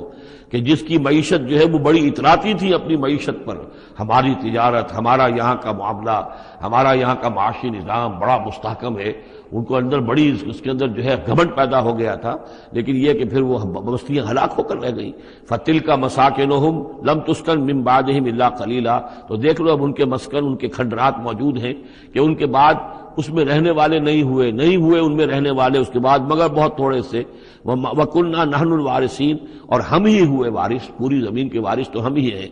وَمَا كَانَ رَبُّكَ مُهْلِكَ الْقُرَىٰ، یہ وہ بات اب دوبارہ آ گئی جو سورہ بنی اسرائیل میں آئی تھی، وَمَا كُنَّا مُعَذِّبِينَ حَتَّىٰ نَبْعَثَ رَسُولًا، ہم عذاب نہیں بھیجتے رہے ہیں جب تک کہ رسول کی بعثت نہ کر دیں، رسول آئے حق کا حق ہونا واضح کر دے، حق کو مبرہن کر دے، حجت قائم کر دے، پھر عذاب آتا تھا، اگر اس کے باوجود وہ قوم اپنے کفر پر اڑی رہتی تھی۔ وَمَا كَانَ رَبُّكَ مُهْلِكَ الْقُرَىٰ، اور نہیں ہے آپ کا پروردگار ایسا کہ وہ بستیوں کو غارت کر دے اور برباد کر دے، حتیٰ یبعث فی امہا رسولا، یہاں اب اس لفظ کا اضافہ ہو گیا، جب تک کہ ان بستیوں کی مرکزی بستی میں کسی رسول کو نہ بھیج دے۔ اس لیے کہ ظاہر بات ہے کہ ایک ایک گاؤں، ایک ایک بستی، ایک ایک شہر میں تو ممکن نہیں ہے، ہر ملک جو ہے اس کا ایک دائرہ ہوتا ہے، اور اس دائرے کے اندر جو ہے ایک شہر جو بڑا مرکزی اہمیت کا حامل ہوتا ہے، تو اس امہا جو اس کا مرکزی شہر ہو، اس کے اندر جب تک ہم رسول نہ بھیج دیں، اور رسول کیا کرتا تھا، یتلو علیہم آیاتنا، جو تلاوت کرتا تھا، سناتا تھا انہیں ہماری آیات، وما كنا مہلک القریٰ الا واہلھا ظالمون، اور ہرگز ہم نہیں تھے بستیوں کو ہلاک کرنے والے مگر اس بنا پر کہ اس کے رہنے والے، اس میں جو آباد تھے وہ ظالم تھے، گناہگار تھے، مشرک تھے اور کافر تھے۔ وما اوتیتم من شیء فمتاع الحیات الدنیا، تو جو بھی کچھ تمہیں دیا گیا ہے، جو بھی ساز و سامان تمہیں ملا ہے، جو بھی کچھ ملا ہے، وہ اس دنیا کی زندگی کا سامان ہے، برتنے کی چیزیں ہیں، وزینتها، اور اس کی زینت ہے، یہ دنیا کی زندگی بھی عارضی ہے اور یہ سامان بھی عارضی ہے۔ وما عند اللہ خیر وابقیٰ، اور جان لو کہ جو اللہ کے پاس ہے وہ یقیناً بہت بہتر ہے اور باقی رہنے والا ہے، اس کو دوام ہے۔ افلا تعقلون، تو کیا تم عقل سے کام نہیں لیتے؟ افمن وعدناہ وعدا حسنا فهو لاقیہ، کیا بھلا وہ شخص جس سے کہ ہم نے اچھا وعدہ کیا ہے، جس سے کہ اس کی ملاقات ہوگی، اس کو اپنا وہ وعدہ مل جائے گا، اللہ نے جن جن چیزوں کا وعدہ کیا ہے اللہ تعالیٰ اس کو وہ چیزیں دے گا اور پہنچا دے گا۔ کمم متعناہ متاع الحیات الدنیا، کیا وہ اس جیسا ہو جائے گا جسے ہم نے دنیا کی زندگی کا ساز و سامان دے دیا؟ ثم ہوا یوم القیامت من المحضرین، پھر وہ قیامت کے دن گرفتار ہو کر آ جائے۔ تو ایک وہ آدمی ہے کہ جو اللہ تعالیٰ کی رحمت کے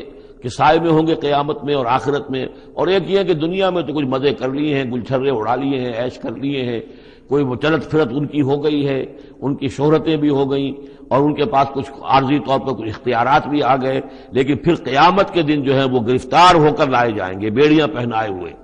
وَيَوْمَ يُنَادِيهِمْ فَيَقُولُ أَيْنَ شُرَكَائِيَ الَّذِينَ كُنتُمْ تَزْعُمُونَ، اور جس دن کہ اللہ انہیں پکارے گا اور کہے گا کہ کہاں ہیں میرے وہ شرکاء جن کا کہ تمہیں زوم ہو گیا تھا، تمہیں گمان ہو گیا تھا، جن کے بارے میں تم سمجھتے تھے کہ وہ میرے شریک ہیں۔ قال الذین حق علیہم القول، تو وہ لوگ کہ جن کے جو عذاب کے قول کے مستحق ہو چکے، عذاب کے فیصلے کے مستحق ہو چکے، وہ کہیں گے ربنا ہؤلاء الذین اغوینا، کہیں گے یہ ہیں وہ لوگ جنہوں نے ہم کو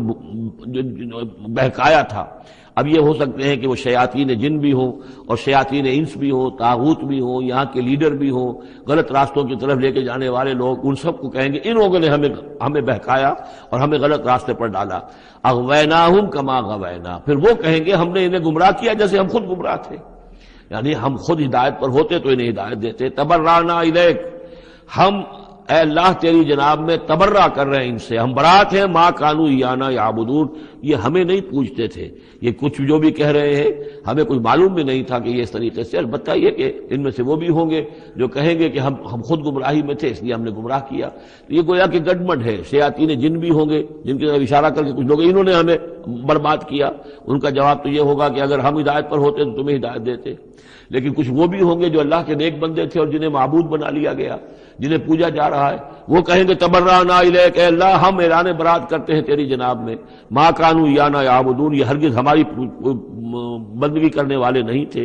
وقیل ادعوا شرکاءکم فدعوہم، پھر کہا جائے گا ان سے پکارو اپنے شریکوں کو، پھر وہ پکاریں گے، فلم یستجیبوا لہم، تو وہ ان کو جواب نہیں دیں گے، ان کی طرف سے کوئی ان کو جواب نہیں ملے گا، ورأوا العذاب، اور پھر وہ دیکھیں گے عذاب کو، لو انہم کانوا یہتدون، کاش کہ کسی طریقے سے وہ ہدایت پائے ہوئے ہوتے۔ وَيَوْمَ يُنَادِيهِمْ فَيَقُولُ مَاذَا أَجَبْتُمُ الْمُرْسَلِينَ، اور جبکہ اللہ انہیں پکارے گا اور پوچھے گا تم نے ہمارے رسولوں کو کیا جواب دیا تھا، ماذا اجبتم المرسلین فعمیت علیہم الانباء، پھر ان پر اندھے ہو جائیں گے، اس وقت باتیں اب نہیں کر سکیں گے، کوئی بات نہیں کہہ سکیں گے، یومئذ فہم لا یتساءلون، اور پھر وہ آپس میں پوچھیں گے بھی نہیں، حق واضح ہو جائے گا، جواب کیا دیں گے؟ رسولوں کی بات نہیں مانی تھی، رسولوں کا استہزاء کیا تھا، تمسخر کیا تھا، تو اب اس کا جواب کیا دیں؟ فَأَمَّا مَن تَابَ وَآمَنَ وَعَمِلَ صَالِحًا، تو جو ایمان لایا اور جس نے توبہ کی اپنے شرک سے اور کفر سے، من تاب و آمن، اور جو ایمان لایا، وعمل صالحا، اور جس نے نیک اعمال کیے، فعسى ان یکون من المفلحین، تو اس کی امید ہے کہ وہ فلاح پانے والوں میں سے ہوگا۔ وربک یخلق ما یشاء ویختار، اور آپ کا پروردگار جو چاہتا ہے پیدا کرتا ہے، اور جس چیز کو چاہتا ہے اختیار کر لیتا ہے۔ مخلوق ساری اسی کی ہے، اس مخلوق میں سے جس کو چاہا اس نے چن لیا اور رسول بنا لیا۔ اللہ یصطفی من الملائکۃ رسلا ومن الناس، اللہ چن لیتا ہے فرشتوں میں سے بھی اپنے پیغامبر اور ایلچی، اور انسانوں میں سے بھی۔ ان اللہ اصطفی آدم ونوحا وآل ابراہیم وآل عمران علی العالمین، وہ جس کو چاہتا ہے قبول کرتا ہے، اختیار کر لیتا ہے۔ وربک یخلق ما یشاء ویختار ما کان لهم الخیرہ، ان کے ہاتھ میں کوئی اختیار نہیں ہے، ان کے پاس کوئی آپشن نہیں ہے۔ سبحان اللہ وتعالی عما یشرکون، یہ تو اللہ تعالیٰ ہی ہے جو جس کی ذات بلند و بالا ہے، اور یہ تمام شرک جو یہ کر رہے ہیں ان تمام اوہام سے اور ان کے من گھڑت عقیدوں سے، وہ وراء الورا ہے، وراء الورا ہے، منزہ ہے، اعلیٰ ہے، عرفہ ہے۔ وَرَبُّكَ يَعْلَمُ مَا تُكِنُّ صُدُورُهُمْ وَمَا يُعْلِنُونَ، اور آپ کا رب خوب جانتا ہے جو کچھ کہ ان کے سینے چھپائے ہوئے ہیں اپنے اندر، جو بھی ان کے اندر ہے، یعنی اندر تو ان کے گواہی موجود ہے کہ یہ قرآن حق ہے، محمد حق ہے، یہ بات جو آ رہی ہے صحیح ہے، دل گواہی دے رہا ہے، لیکن اپنی ضد اور ہٹ درمی کی وجہ سے اسے چھپائے ہوئے ہیں۔ اپنے اس ایمان کو تو انہوں نے چھپا کر رکھا ہوا ہے، اور ظاہر کر رہے ہیں، اعتراضات کر رہے ہیں، یہ کر رہے ہیں، کیوں نہیں دیا گیا ویسا ہی جیسا کہ موسیٰ کو دیا گیا تھا، کیوں نہیں کوئی نشانی ان کو دی جاتی۔ وَرَبُّكَ يَعْلَمُ مَا تُكِنُّ صُدُورُهُمْ وَمَا يُعْلِنُونَ، اور آپ کا رب خوب جانتا ہے جو کچھ کہ ان کے سینے چھپائے ہوئے ہیں اپنے اندر، اور جو کچھ کہ ظاہر کر رہے ہیں۔ وَهُوَ اللَّهُ لَا إِلَٰهَ إِلَّا هُوَ، اور وہی ہے اللہ جس کے سوا کوئی الہ نہیں ہے۔ لَهُ الْحَمْدُ فِي الْأُولَىٰ وَالْآخِرَةِ، اسی کے لیے حمد ہے، تعریف ہے، دنیا میں بھی آخرہ میں بھی۔ یہاں آخرت کے مقابلے میں اولا، پہلی زندگی ہماری یہ زندگی دنیا کی ہے، آخرہ وہ ہماری پچھلی زندگی ہے۔ لہ الحمد فی الاولی والآخرہ، اسی کے لیے حمد ہے، تعریف ہے، ثنا ہے، دنیا میں بھی اور آخرت میں بھی۔ وَلَهُ الْحُكْمُ،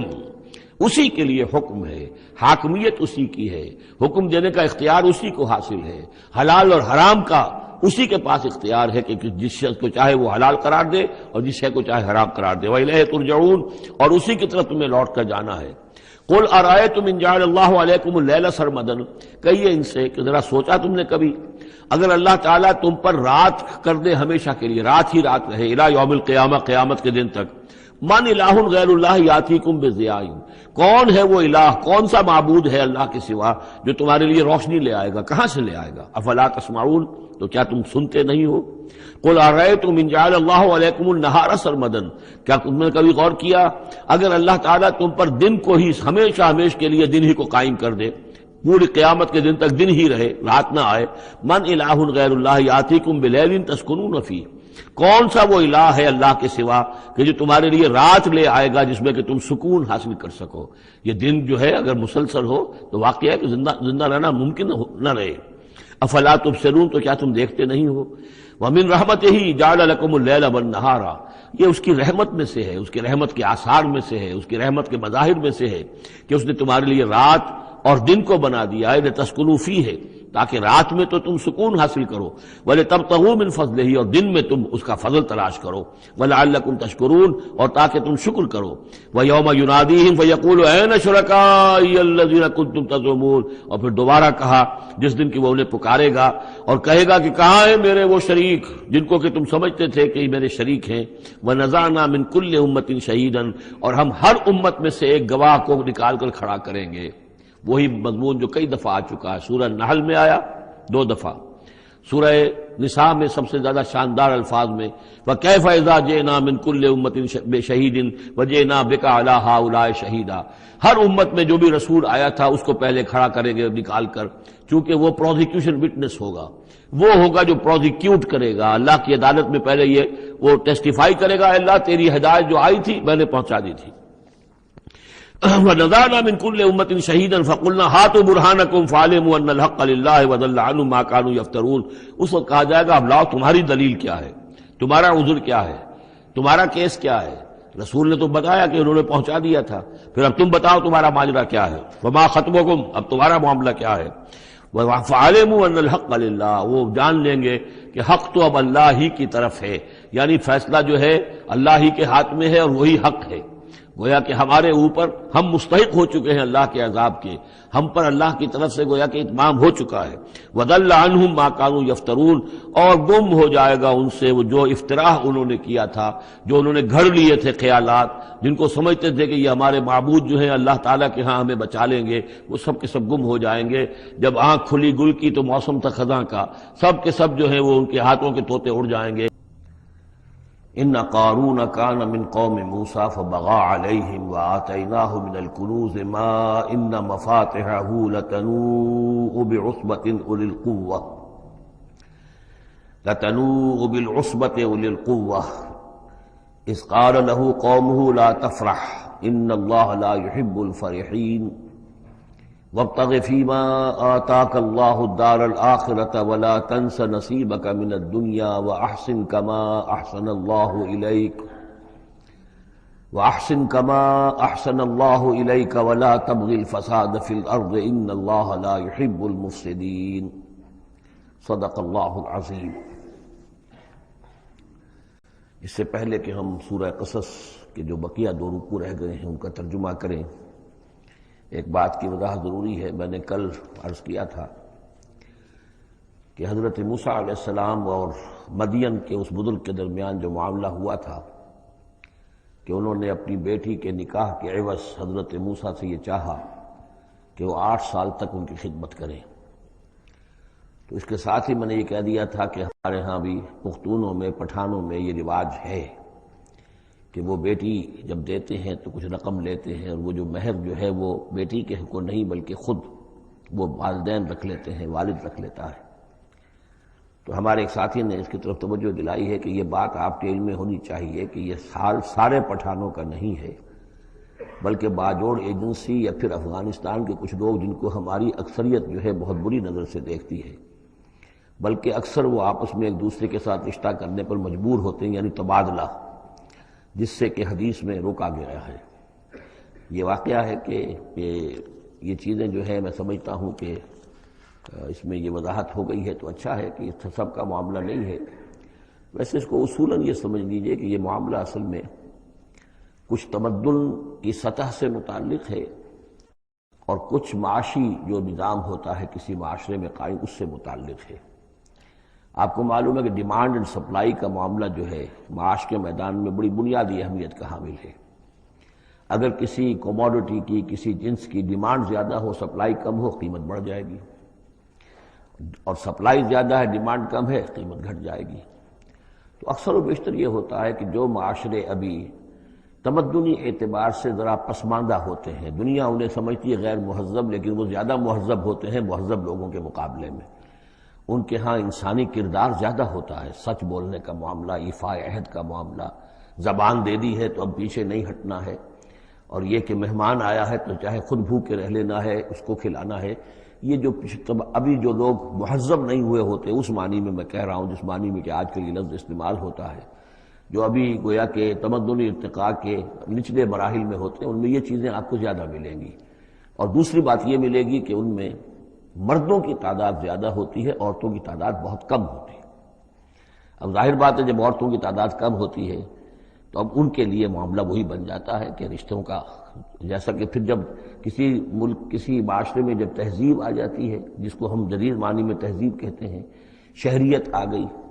شہروں میں رہنے لگے، وہ تہذیب، تعلیم بڑھ گئی، اب آپ دیکھیں گے کہ مرد بالعموم ویسے بھی کمزور ہو جاتے ہیں، ان کے قوا اس طرح کے تو نہیں رہتے جیسے کہ اس معاشرے میں ہوتے ہیں جو ابھی قبائلی دور میں ہے، یا کہیں کسی پہاڑی علاقے میں رہ رہے ہیں یا صحرائی علاقے میں رہ رہے ہیں، اور یہ کہ مردوں کی تعداد پھر کم ہوتی جاتی ہے، عورتوں کی بڑھ جاتی ہے۔ جس معاشرے میں عورتوں کی تعداد بڑھ جاتی ہے اس میں پھر جو لڑکیوں کے والدین ہیں انہیں لڑکے خریدنے پڑتے ہیں۔ یہ جو آپ کو معلوم ہے کہ اتنے اگر تم دو گے، جہیز دو گے تب ہم تمہاری لڑکی سے شادی کریں گے، موٹر کار دو، کوٹھی دو، فلاں دو، یہ دو، کہیں باہر بھجوا دو، یہ کیا ہے؟ یہ اسی لیے ہے کہ جہاں لڑکیاں زیادہ ہو گئیں تو لڑکیوں کے والدین کو اپنی بچیوں کے لیے رشتے خریدنے پڑتے ہیں، اور جہاں پر اس طریقے سے اس کے برعکس ہو لڑکیاں کم ہوں اور لڑکے زیادہ ہوں، وہاں ظاہر بات ہے کہ لڑکی کی قیمت خود بخود ہو جائے گی۔ تو یہ گویا کہ پسماندہ معاشرے کا معاملہ ہے۔ باقی اسلام نے جو شکل کی، اللہ کرے کہ ہم سب مسلمان اسی کو صحیح طور پر اختیار کر لیں۔ باقی جو ہمارے اس رفیق نے یہ وضاحت کی ہے وہ میں نے آپ کو سنا دی ہے۔ اب آگے چلیے، سورہ قصص کے آخری یہ 2 رکوع ہیں، جن میں سے پہلے رکوع میں ایک کردار کا ذکر ہو رہا ہے، قارون، اور میں آپ کو بتا چکا ہوں کہ یہ کردار جو ہے اسے بھی ایک فرد نہ سمجھیے، بلکہ یہ کہ جو بھی کوئی حکمران قوم ہوتی ہے وہ اپنی غلام قوم کے اندر اس طرح کے کردار باقاعدہ پیدا کرتی ہے، جس کو کہ کہا تھا ملکہ سبا نے کہ ان الملوک اذا دخلوا قریۃ جعلوا عزت اہلھا اذلہ، اور اس کا ایک نتیجہ یہ نکلتا ہے کہ جو گھٹیا لوگ ہوتے ہیں، بے غیرت لوگ ہوتے ہیں، اپنی قوم کے ساتھ غداری کرتے ہیں، انہیں پھر وہاں خطابات دیے جاتے ہیں، نوازا جاتا ہے، ان کے اونچے منصب ہوتے ہیں، آنریری مجسٹریٹ بنا دیے گئے ہیں، فلاں ہو گئے ہیں۔ یہ سب کون تھے؟ یہ انگریزوں نے در حقیقت ہندوستان میں اپنی جو حکومت کو مضبوط کرنے کے لیے یہ ایک طبقہ جو ہے ہندوستانیوں میں سے ڈیولپ کیا تھا، اس طبقے کا یہ کردار ہے قارون۔ اچھا، اس قسم کے لوگوں کو پھر انگریز بڑے بڑے ٹھیکے دیتے تھے۔ اب آرمی کے سپلائی کے ٹھیکے ہیں تو بڑے بڑے ٹھیکیدار یہی ہوتے تھے، انہی کے پاس سرمایہ ہو جاتے تھے۔ یہ ساری چیزیں جو ہے ایک دوسرے سے ملی جلی ہوئی ہیں۔ اسی طرح کا ایک شخص جو ہے یہ قارون تھا اسرائیلی، اور نہ صرف اسرائیلی، حضرت موسیٰ علیہ السلام کا سگا چچازاد بھائی، فرسٹ کزن، لیکن یہ کہ یہ حکومت کے ساتھ فرعون کے دربار میں اس کی رسائی تھی، وہاں اس کی پذیرائی تھی، اور وہاں سے اس کو مراعات ملتی تھی۔ اس نے اتنی دولت سمیٹ لی تھی، جیسے ہمارے ہاں بھی بعض اب جو سیاسی کردار ہیں وہ گویا کہ علامتی بن گئے دولت سمیٹنے میں، تو بے تحاشا دولت اس نے جمع کر لی تھی۔ اب اس کا کردار سامنے آ رہا ہے۔ ان قارون کان من قوم موسیٰ، یقیناً قارون جو ہے وہ موسیٰ کی قوم ہی سے تھا۔ تورات میں اس کا نام قورہ آیا ہے، یعنی قارون کے بجائے قورہ، یہ کوئی تلفظ کا فرق ہو سکتا ہے۔ فبغى علیہم، اگرچہ موسیٰ کی قوم میں سے تھا لیکن اس نے زیادتی کی، سرکشی کی، شرارت کی اپنی قوم کے خلاف، یعنی غداری کی۔ وآتیناہ من الکنوز، اور ہم نے اسے اتنے خزانے دیے تھے، ما ان مفاتحہ لتنوء بالعصبۃ اولي القوہ، کہ اس کی کنجیاں اٹھانے کے ضمن میں بڑے طاقتور جوانوں کی ایک جماعت بھی تھک جاتی تھی۔ یہ ذرا بات سمجھ آج نہیں آئے گی کہ آخر اتنی وہ کنجیاں کتنی ہوتی ہوں گی، تو اصل میں یہ کنجیاں جو تالے ہیں ہمارے جس طرح کے، یہ تو اب ایجاد ہوئی ہے۔ پچھلے زمانے میں کیا ہوتا تھا کہ کوئی بڑا سٹور ہے تو اس کے آگے بڑا ایک پھاٹک لگا ہوا ہے، اور اس پھاٹک کے ساتھ جو دروازے کو بند کرنے کے لیے بڑی لمبی لکڑیاں لگائی جاتی تھیں، تو اس طریقے سے وہ جو اڑنگے لگائے جاتے تھے اسی سے وہ پھر دروازے جو ہے بند ہوتے تھے۔ تو اس طرح کی کوئی شے ہوگی، ورنہ جس طرح کے تالے اب ہمارے ہاں ہوتے ہیں اس طرح کے تالے تو اتنے نہیں ہو سکتے کسی بھی معاملے کے، لیکن یہ کہ اس کو اگر ذہن میں رکھیں تو بہرحال اس سے جو مراد ہے وہ یہ کہ دولت بے انتہا اس کے پاس جمع تھی۔ اذ قال له قومه، جبکہ اس سے کہا اس کی قوم نے، لوگوں نے کہا، کچھ بھلے لوگ بھی ہوں گے، جیسے ہم مکالمہ سورہ کہف میں پڑھ آئے ہیں، 2 آدمیوں کا مکالمہ تھا، ایک وہ درویش تھا اور وہ عارف باللہ تھا، اللہ پر ایمان رکھنے والا تھا، اور ایک وہ تھا کہ جو دولت میں مست ہو گیا تھا، مال مست تھا۔ تو وہاں کچھ لوگوں نے جو اچھے لوگ ہوں گے ان سے کہا، اس سے قارون سے، لا تفرح ان اللہ لا يحب الفرحین۔ یہ ذرا یہاں پر 4 چیزیں 5 چیزیں جو آ رہی ہیں گنتے جائیے کہ ایسے لوگ جن کے پاس بہت سی دولت جمع ہو گئی ہو ان کو ان 4-5 چیزوں کو پیش نظر رکھنا چاہیے۔ سب سے پہلے یہ کہ لا تفرح ان اللہ لا يحب الفرحین، اس پر اتراؤ نہیں، اتراؤ مت، اللہ تعالیٰ کو اترانے والے پسند نہیں۔ نمبر 2 وابتغ فیما آتاک اللہ الدار الآخرہ، جو کچھ اللہ نے تمہیں دولت دی ہے تو اس سے دار الآخرہ حاصل کرنے کی کوشش کرو، اللہ کے لیے خرچ کرو تاکہ آخرت میں تمہیں اس کا اجر و ثواب ملے، تو تم گویا کہ آخرت کو خریدو گے اپنی اس دولت کے عوض۔ ان اللہ اشتری من المؤمنین انفسهم واموالهم بان لهم الجنہ۔ نمبر 3 ولا تنس نصیبک من الدنیا، معلوم ہوتا کہ بخیل بھی بہت تھا کہ وہ اپنے اوپر بھی کچھ خرچ نہیں کرتا تھا، جمع کرنے ہی کے اس کو فکر دامنگیر رہتی تھی۔ اور مت بھولو خود اپنا حصہ بھی دنیا میں سے، جیسے کہ ہم نے سورہ اعراف میں پڑھا تھا کہ قل من حرم زینۃ اللہ التی اخرج لعبادہ والطیبات من الرزق، اگر اللہ نے کسی کو کچھ دیا ہے تو پھر وہ اچھا کھائے اچھا پہنے، اس میں کس نے حرام کیا ہے؟ کوئی رہبانیت کا انداز تو نہیں ہے۔ اور یہ بھی ہم پڑھ چکے ہیں سورہ الفرقان میں کہ وہ اللہ کے جو نیک بندے ہیں عباد الرحمن، ان کے اوصاف میں سے ہے والذین اذا انفقوا لم یسرفوا ولم یقتروا،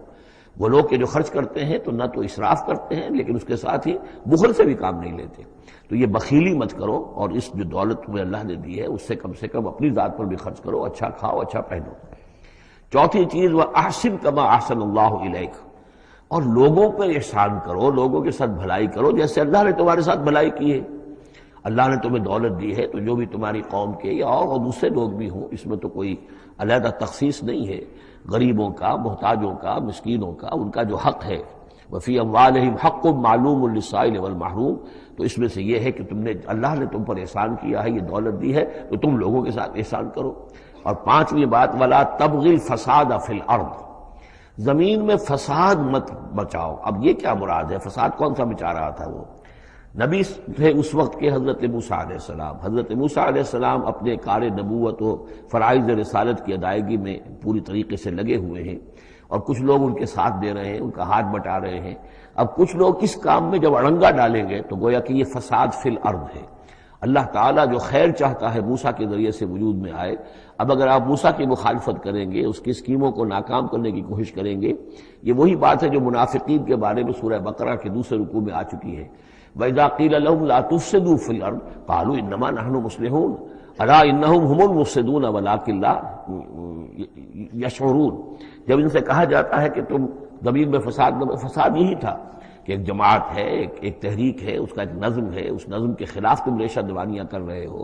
اور اگر اس کی اسکیموں کو فیل کرنے کی کوشش کر رہے ہو تو گویا کہ جو اصلاحی عمل ہے، جو انقلاب برپا کرنے کے لیے جد و جہد ہو رہی ہے، اس کو نقصان پہنچا رہے ہو۔ ان اللہ لا يحب المفسدین، اللہ کو ایسے مفسد پسند نہیں ہے۔ تو یہ 5 چیزیں گن لیجئے۔ نمبر 1 لا تفرح ان اللہ لا يحب الفرحین۔ نمبر 2 وابتغ فیما آتاک اللہ الدار الآخرہ، جو کچھ اللہ نے دیا ہے اس سے آخرت کا گھر حاصل کرنے کی کوشش کرو، یعنی انفاق فی سبیل اللہ، اللہ کی راہ میں صرف کرنا۔ نمبر 3 ولا تنس نصیبک من الدنیا، خود دنیا سے بھی تم بھی اپنا حصہ حاصل کرو، اچھا کھاؤ اچھا پہنو۔ وَأَحْسِنْ كَمَا أَحْسَنَ اللَّهُ إِلَيْكَ، اور خلق خدا پر بھی احسان کرو جیسے کہ اللہ نے تم پر احسان کیا ہے۔ اور نمبر 5 ولا تبغی الفساد فی الارض، دین کے لیے، اللہ کی توحید کے لیے، اللہ کے دین کے لیے جو جد و جہد ہو رہی ہے اس کو تقویت پہنچاؤ، نہ یہ کہ اس کے اندر تم خلل پیدا کرنے کی کوشش کر رہے ہو۔ اعلیٰ انما اوتیتہ علی علم عندی، اس نے کہا کہ یہ دولت جو ہے تم سمجھتے ہو مجھے اللہ نے دی ہے، یہ تو مجھے دی گئی ہے میرے علم کی بنیاد پر، میرے اندر علم ہے، فہم ہے، سمجھ ہے، میری پلاننگ ہے، اس کے نتیجے میں نے دولت کمائی ہے۔ یہ ہے در حقیقت ایک مادہ پرست انسان کا، جو ایک زر پرست اور مادہ پرست انسان جو ہے وہ سمجھتا ہے میری صلاحیت، میں نے بر وقت اندازہ کر لیا تھا کہ اب مارکیٹ میں اس چیز کی ڈیمانڈ پیدا ہوگی اور میں نے اس کے لیے بندوبست کیا، تو اب مجھے بارے نیارے ہو گئے ہیں، تو یہ میری ذہانت ہے۔ میں نے اندازہ کر لیا کہ اب یہ جو ہے اتار چڑھاؤ جو ہے بازار میں آنے والا ہے، اسی کے حساب سے میں نے کچھ خرید و فروخت کی ہے تو مجھے دولت مل گئی ہے۔ تو اوتیتہ علی علم عندی، میرے پاس علم ہے، اس کی بدولت مجھے یہ سب کچھ دیا گیا ہے، مجھے یہ ملا ہے، میں نے کمایا ہے۔ اولم یعلم، کیا وہ جانتا نہیں کہ ان اللہ قد اہلک من قبلہ من القرون، کہ اللہ تعالیٰ نے اس سے پہلے بہت سی قوموں کو ہلاک کیا، من ہوا اشد منہ قوۃ، جو اس سے کہیں بڑھ کر تھی طاقت میں بھی، وہ اکثر و جمعا، اور جن کے پاس مال و اسباب دنیاوی اور دولت کے انبار بھی ان سے زیادہ جمع تھے۔ ولا يسأل عن ذنوبهم المجرمون، اور اللہ تعالیٰ کو اس کی ضرورت پیش نہیں آئے گی کہ مجرموں سے ان کے جرم پوچھے۔ یعنی اللہ تعالیٰ کے پاس تو پورا حساب کتاب موجود ہے، اعمال نامے موجود ہیں، اسے کسی سے پوچھنے کی ضرورت نہیں ہوگی کہ تم کیا جرائم کر کے آئے ہو. تو یہ تو گویا کہ از خود اللہ کے علم میں ہے، اور اظہر من الشمس ہوگا. یہی بات سورہ رحمان میں آئے گی، فَيَوْمَئِذٍ لَا يُسْأَلُ عَنْ ذَنبِهِ إِنسٌ وَلَا جَانٌ. کسی بھی انسان سے اور کسی بھی جن سے پوچھنے کی ضرورت نہیں ہوگی، بلکہ یہ کہ در حقیقت ان کے تو ماتھے پر لکھا ہوا ہوگا، یعرف المجرمون بسیماہم فیؤخذ بالنواصی والاقدام. مجرم تو اپنے پیشانیوں سے پہچان لیے جائیں گے، اور یہ کہ پھر ان کو سر کے بالوں سے اور ادھر سے قدموں سے دو طرف سے پکڑ کر، ادھر سے سر کے بال اور ادھر سے پاؤں پکڑ کر اور ٹاس کر دیا جائے گا جہنم کے اندر. تو قال انما اوتیتہ علی علم عندی اولم یعلم ان اللہ قد اہلک من قبلہ من القرون من هو اشد منہ قوۃ واکثر جمعا ولا یسأل عن ذنوبہم المجرمون فخرج علی قومہ فی زینتہ. اب ایک دن ایسا ہوا کہ وہ نکلا اپنے پورے ٹھاٹھ باٹھ کا اظہار کرتے ہوئے، خدم و حشم کو لیے ہوئے، بیش قیمت کپڑے اور خلعتیں پہنی ہوئی، اور سواری کے اوپر اپنی دولت کا بھی مظاہرہ کرتے ہوئے. قال الذین یریدون الحیاۃ الدنیا. تو اب جو اس معاشرے میں وہ لوگ تھے کہ جن کی نگاہوں میں، خود ان کی اپنی نگاہوں میں بھی دنیا کی زندگی کھبی ہوئی تھی، اور جو چاہتے تھے، طالب تھے دنیا ہی کے، یا لیت لنا مثل اوتی قارون. وہ انہوں نے کہا کاش کہ ہمیں بھی یہ ساری چیزیں ملیں جو قارون کو ملی ہیں، جو کچھ دیا گیا ہے، اسے جو دولت دی گئی ہے، اس کے پاس جو ثروت ہے، اور اس کو جو اللہ تعالیٰ نے اس کے اوپر نعمتوں کی بارش کی ہے، کاش ہم پر بھی ہو.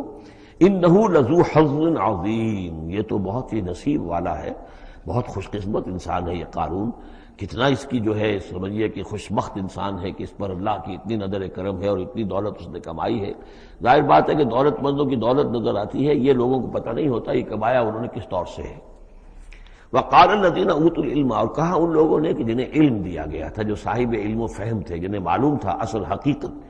فرمایا انہوں نے کہا ویلکم، تمہارے لیے خرابی ہے، ثواب اللہ خیر لمن آمن وعمل صالحا. جو شخص ایمان لائے اور نیک عمل کرے، اسے جو ثواب اللہ کی طرف سے ملنے والا ہے وہ اس سے کہیں بڑھ کر ہے. تم حسرت کے ساتھ اس کی دولت کو دیکھ رہے ہو، اس کے ٹھاٹ باٹ کو دیکھ رہے ہو، اس کی شان و شوکت کو دیکھ رہے ہو، اور تمہیں حسرت کا احساس ہو رہا ہے. اگر تم واقعتاً ایمان اور عمل صالح کی شرائط پوری کرو تو جو کچھ اللہ تعالیٰ تمہیں دے گا خود اس دنیا میں بھی. سورہ نور میں ہم پڑھ چکے ہیں، لَيَسْتَخْلِفَنَّهُمْ فِي الْأَرْضِ. حکومت ان کو دے گا، خلافت ان کی قائم کرے گا جو ایمان اور عمل صالح کا حق ادا کر دے. پھر آخرت میں جو ثواب ملنا ہے، ظاہر بات ہے کہ اس کا تو کوئی تصور بھی تم نہیں کر سکتے. وَلَا يُلَقَّاهَا إِلَّا الصَّابِرُونَ. لیکن وہ جو صبر ہے، وہ جو اجر و ثواب ہے آخرت کا، وہ انہی لوگوں کو حاصل ہو سکے گا کہ جو صبر کرنے والے ہوں. اس دنیا میں وہ جیسے بھی ہو، ضروریات پوری ہو جائیں، بس اس سے زیادہ کی ہوس نہ رکھیں. ایسا نہ ہو کہ کسی کے سامنے ہاتھ پھیلانا پڑے. حضور کی حدیث ہے ما قل و کفا خیر مما کثر والہا. کم ہو چیز لیکن کفایت کر جائے، ضرورت پوری ہو گئی. وہ اس سے کہیں بہتر ہے کہ زیادہ ہو، بہتات ہو، دولت بہت ہے اور وہ اللہ سے غافل کر دے. اس لیے کہ جب بہتات ہوگی تو انسان پر غفلت طاری ہو جائے گی. جب ایسا ہو کہ آج کے کھانے کا تو ہے، کل کے لیے اللہ پر توکل ہے، تو اللہ یاد رہے گا، پھر انسان اللہ کو بھولے گا نہیں. تو ما قل و کفا خیر مما کثر والہا ولا يلقاها الا الصابرون فخسفنا به وبداره الارض. تو ہم نے اسے یعنی قارون کو اور اس کے محل کو ہم نے دھسا دیا زمین میں. اللہ تعالیٰ کی طرف سے عذاب خسف کا آیا اس پر. فما كان له من فئة ينصرونه. تو اس کے نہ تو کوئی ایسا لاؤ لشکر رہا کہ جو اس کی مدد کرتا من دون اللہ، اللہ کے مقابلے میں. وما كان من المنتصرین. نہ خود وہ اس قابل تھا کہ کوئی انتقام لے سکتا اللہ سے، معاذ اللہ. وَأَصْبَحَ الَّذِينَ تَمَنَّوْا مَكَانَهُ. اب وہ لوگ کہ جو تمنا جنہوں نے کی تھی بالامس، جو گزشتہ شام، اب جس رات کو وہ خسف ہوا ہے، اگلے روز جو دھوم مچی کہ وہ تو قارون کا محل جو زمین میں دھنس گیا، اس کے سارے خزانے بھی گئے، وہ خود بھی گیا زمین کے اندر. تو اب جو وہاں پر شور ہوا ہوگا تو وہی لوگ جو پچھلی شام کو تو یہ کہہ رہے تھے کاش ہمیں بھی وہی کچھ ملے جو کچھ قارون کو دیا گیا ہے، یہ تو بڑا خوش قسمت انسان ہے. وَأَصْبَحَ الَّذِينَ تَمَنَّوْا مَكَانَهُ. جنہوں نے یہ چاہتا کہ وہی مقام و مرتبہ اور وہی چیزیں انہیں بھی مل جائیں، بالامس سے پچھلی دن، یقولون وہ یہ کہنے لگے یہ بھائی کأن اللہ یبسط الرزق لمن یشاء من عبادہ ویقدر، کہ بھئی یہ تو اللہ تعالیٰ کی طرف سے ہے کہ وہ جس کے لیے چاہتا ہے رزق شادہ کر دیتا ہے اپنے بندوں میں سے، اور جس کے لیے چاہتا ہے تنگ کر دیتا ہے یا ناپ تول کر دینا شروع کر دیتا ہے. لولا ان من اللہ علینا، اگر اللہ تعالیٰ نے ہم پر احسان نہ فرمایا ہوتا، لخسف بنا، تو ہم بھی اسی طریقے سے خسف کر دیے گئے ہوتے. یعنی ہم تو کہہ رہے تھے کہ ہم بھی اس جیسے ہو جائیں، ہمیں بھی اس کی سی دولت مل جائے، لیکن اس کی دولت کا جو انجام آج ہماری نگاہوں کے سامنے آیا ہے، لولا ان من اللہ، اگر اللہ تعالیٰ نے ہم پر یہ احسان نہ کیا ہوتا کہ ہمارے پاس وہ دولت نہیں تھی، لخسف بنا، تو ہم کو بھی اسی طریقے سے زمین میں دفا دیا گیا ہوتا. وَكَأَنَّهُ لَا يُفْلِحُ الْكَافِرُونَ، خرابی، لیکن یہ جان لو کہ کافر لوگ فلاح نہیں پائیں گے. بڑی خرابی ہے، بڑی ہلاکت ہے، اور کافر لوگ جو ہے وہ فلاح نہیں پائیں گے. تو یہ کردار ہے قارون کا. اب اس صورت کے آخری آیات ہیں، اور میں چونکہ اب ابتدا میں جس قدر اہتمام کے ساتھ یہ جوڑوں کا تعلق بیان کر رہا تھا، کیونکہ میں نے محسوس کیا کہ رفتار تیز ہونی چاہیے، اس میں کچھ کمی کر دی ہے. اب یہاں بھی نوٹ کر لیجئے گا کہ یہی سورۃ القصص اور اس سے پہلے سورۃ النمل، ان کے درمیان کیا کیا مشابہتیں ہیں، خاص طور پر اس آخری آیات میں. فرمایا تلک الدار الآخرۃ نجعلها للذین لا یریدون علوا فی الارض ولا فسادا، یہ جو آخرت کا گھر ہے یہ ہم نے ریزرو کیا ہے ان لوگوں کے لیے کہ جو زمین میں اپنی بڑائی، اپنا اقتدار نہیں چاہتے، اپنی بلندی نہیں چاہتے اور نہ فساد چاہتے. وہ اللہ کے دین کی سربلندی کے لیے محنت کر رہے ہیں، اس کے نتیجے میں ہو سکتا ہے کہ اللہ تعالیٰ انہی کو ذمہ داری دے دے، لیکن وہ طالب نہیں ہے حکومت کے، وہ اپنی سربلندی کے طالب نہیں ہے. اس سے زمین و آسمان کا فرق ہے کہ ایک ہے کہ آپ کسی نظریے کے لیے کام کر رہے ہیں. اب نظریے میں اگر آپ کی جد و جہد ہے، انقلاب میں آپ کامیاب ہو گئے تو ظاہر بات ہے کہ پھر انقلاب کے بعد ذمہ داری سنبھالنی پڑے گی. محمد رسول اللہ صلی اللہ علیہ وسلم ہی کو مدینے کی اس چھوٹی سی شہری ریاست جو وجود میں آئی تھی، آخر اس کی ذمہ داری سنبھالنی پڑی. حالانکہ آپ خدا نہ خواستہ کوئی اقتدار کے طالب یا اقتدار کے بھوکے تو نہیں ہو سکتے تھے، لیکن یہ ہے کہ طلب جو ہے وہ اللہ جانتا ہے دل میں کس کے طلب ہے. اگر کوئی ذاتی طور پر اقتدار کا خواہاں ہے اور چاہتا ہے کہ میرا نام اونچا ہو جائے اور مجھے اختیار مل جائے اور میرا اقتدار ہو، تو وہ شخص اللہ تعالیٰ کے ہاں ڈسکوالیفائی ہو جاتا ہے. یہ پھر اللہ کے گھر کے لیے نہیں ہے. اللہ کا گھر جو ہے تلک الدار الآخرہ، یہ تو ہم نے رکھا ہوا ہے خاص طور پر مخصوص کر کے، ریزرو کر کے، للذین لا یریدون علوا فی الارض، جو زمین میں اپنے اقتدار کے خواہاں نہیں ہیں، ولا فسادا، نہ زمین میں فساد بچانا چاہتے ہیں، والعاقبۃ للمتقین، اور عاقبت یعنی پچھلا گھر جو ہے، عاقبت کی پچھلی زندگی جو ہے یقیناً یہ اہل تقویٰ کے لیے، اس کی بھلائیاں، اس کے محاسن، اس کا عیش اور آرام وہ اللہ تعالیٰ نے اپنے متقی بندوں کے لیے خاص کیا ہے. من جاء بالحسنۃ فلہ خیر منہا، یہ آیت میں آئی ہے سورہ نمل کے بھی آخری حصے میں. جو کوئی شخص کوئی نیکی لے کر آئے گا تو اسے بدلہ ملے گا اس سے بہتر. ومن جاء بالسیئۃ، اور جو کوئی بدی لے کر آئے گا فلا یجزی الذین عملوا السیئات الا ما كانوا یعملون، تو وہ لوگ کہ جو ان برائیوں کا ارتکاب کر رہے ہیں انہیں بدلہ نہیں دیا جائے گا مگر وہی جو کچھ کہ وہ کر کے لائے. مطلب یہ کہ اللہ تعالیٰ کی طرف سے اضافہ نہیں ہوگا، جتنے جرم کیے ہیں اتنی ہی سزا. لیکن اہل ایمان اور اہل صلاح جو ہیں ان کی نیکیوں میں اللہ تعالیٰ 10 گنا دے، 700 گنا دے، اس سے بھی بڑھا دے، یضاعف لمن یشاء. تو یہ اللہ تعالیٰ کی مرضی ہے، جتنا چاہتا ہے دیتا. خیر منہا، بہرحال جو کچھ کر کے لے جاؤ گے اس سے بہتر ملے گا. الا ما لا یجزی الذین عملوا السیئات الا ما كانوا یعملون، انہیں وہی کچھ ملے گا جو کچھ کہ وہ عمل کر کے لائے تھے. ان الذی فرض علیک القرآن لرادک الی معاد، سورہ نمل میں آیا تھا کہ مجھے وَأُمِرْتُ أَنْ أَتْلُوَ الْقُرْآنَ، مجھے تو حکم دیا گیا میں قرآن سناتا رہوں، قرآن پڑھ کر تمہارے سامنے میں قرآن کے ذریعے سے انذار اور تبشیر اور قرآن کی تبلیغ اور قرآن کے ذریعے سے تذکیر اور قرآن کے ذریعے سے تمہارے جو نفسیاتی اور روحانی روگ ہیں ان کی شفا کے لیے میں کوشش کرتا رہوں. میرا کام تو یہ ہے. ان اتلو القرآن، مجھے حکم دیا گیا میں قرآن کی تلاوت کرتا رہوں، تلاوت پڑھ کر قرآن تمہیں سناتا رہوں. اب یہاں اسی کو تعبیر کیا ان الذی فرض علیک القرآن، اے نبی جس ہستی نے آپ پر اس قرآن کی ذمہ داری ڈال دی ہے، اس کی تبلیغ آپ کے لیے فرض تھی. جیسے کہ ہم سورہ مائدہ میں آج پڑھا ہے، یا ایھا الرسول بلغ ما انزل الیک من ربک وان لم تفعل فما بلغت رسالتہ. اس قرآن کی تبلیغ کرنا آپ پر فرض ہے. اور جیسا کہ میں آپ کو بتا چکا ہوں، پھر آپ نے امت کے حوالے کر دی کہ اب امت کے فرض ہے. فَلْيُبَلِّغِ الشَّاهِدُ الْغَائِبَ، فَلْيُبَلِّغ یہ فعل امر ہے، اب لازم ہے کہ وہ پہنچائیں جو یہاں ہیں ان کو، جو یہاں نہیں ہے. اس طریقے سے یوں سمجھیے کہ ایک سلسلہ جو ہے وہ شروع کر دیا گیا. لیکن یہاں فرمایا جا رہا ہے نبی ان الذی فرض علیک القرآن، جس ہستی نے آپ پر یہ قرآن فرض کیا ہے، جس ہستی نے آپ پر قرآن کی ذمہ داری عائد کی ہے. یہی ذمہ داری اصل میں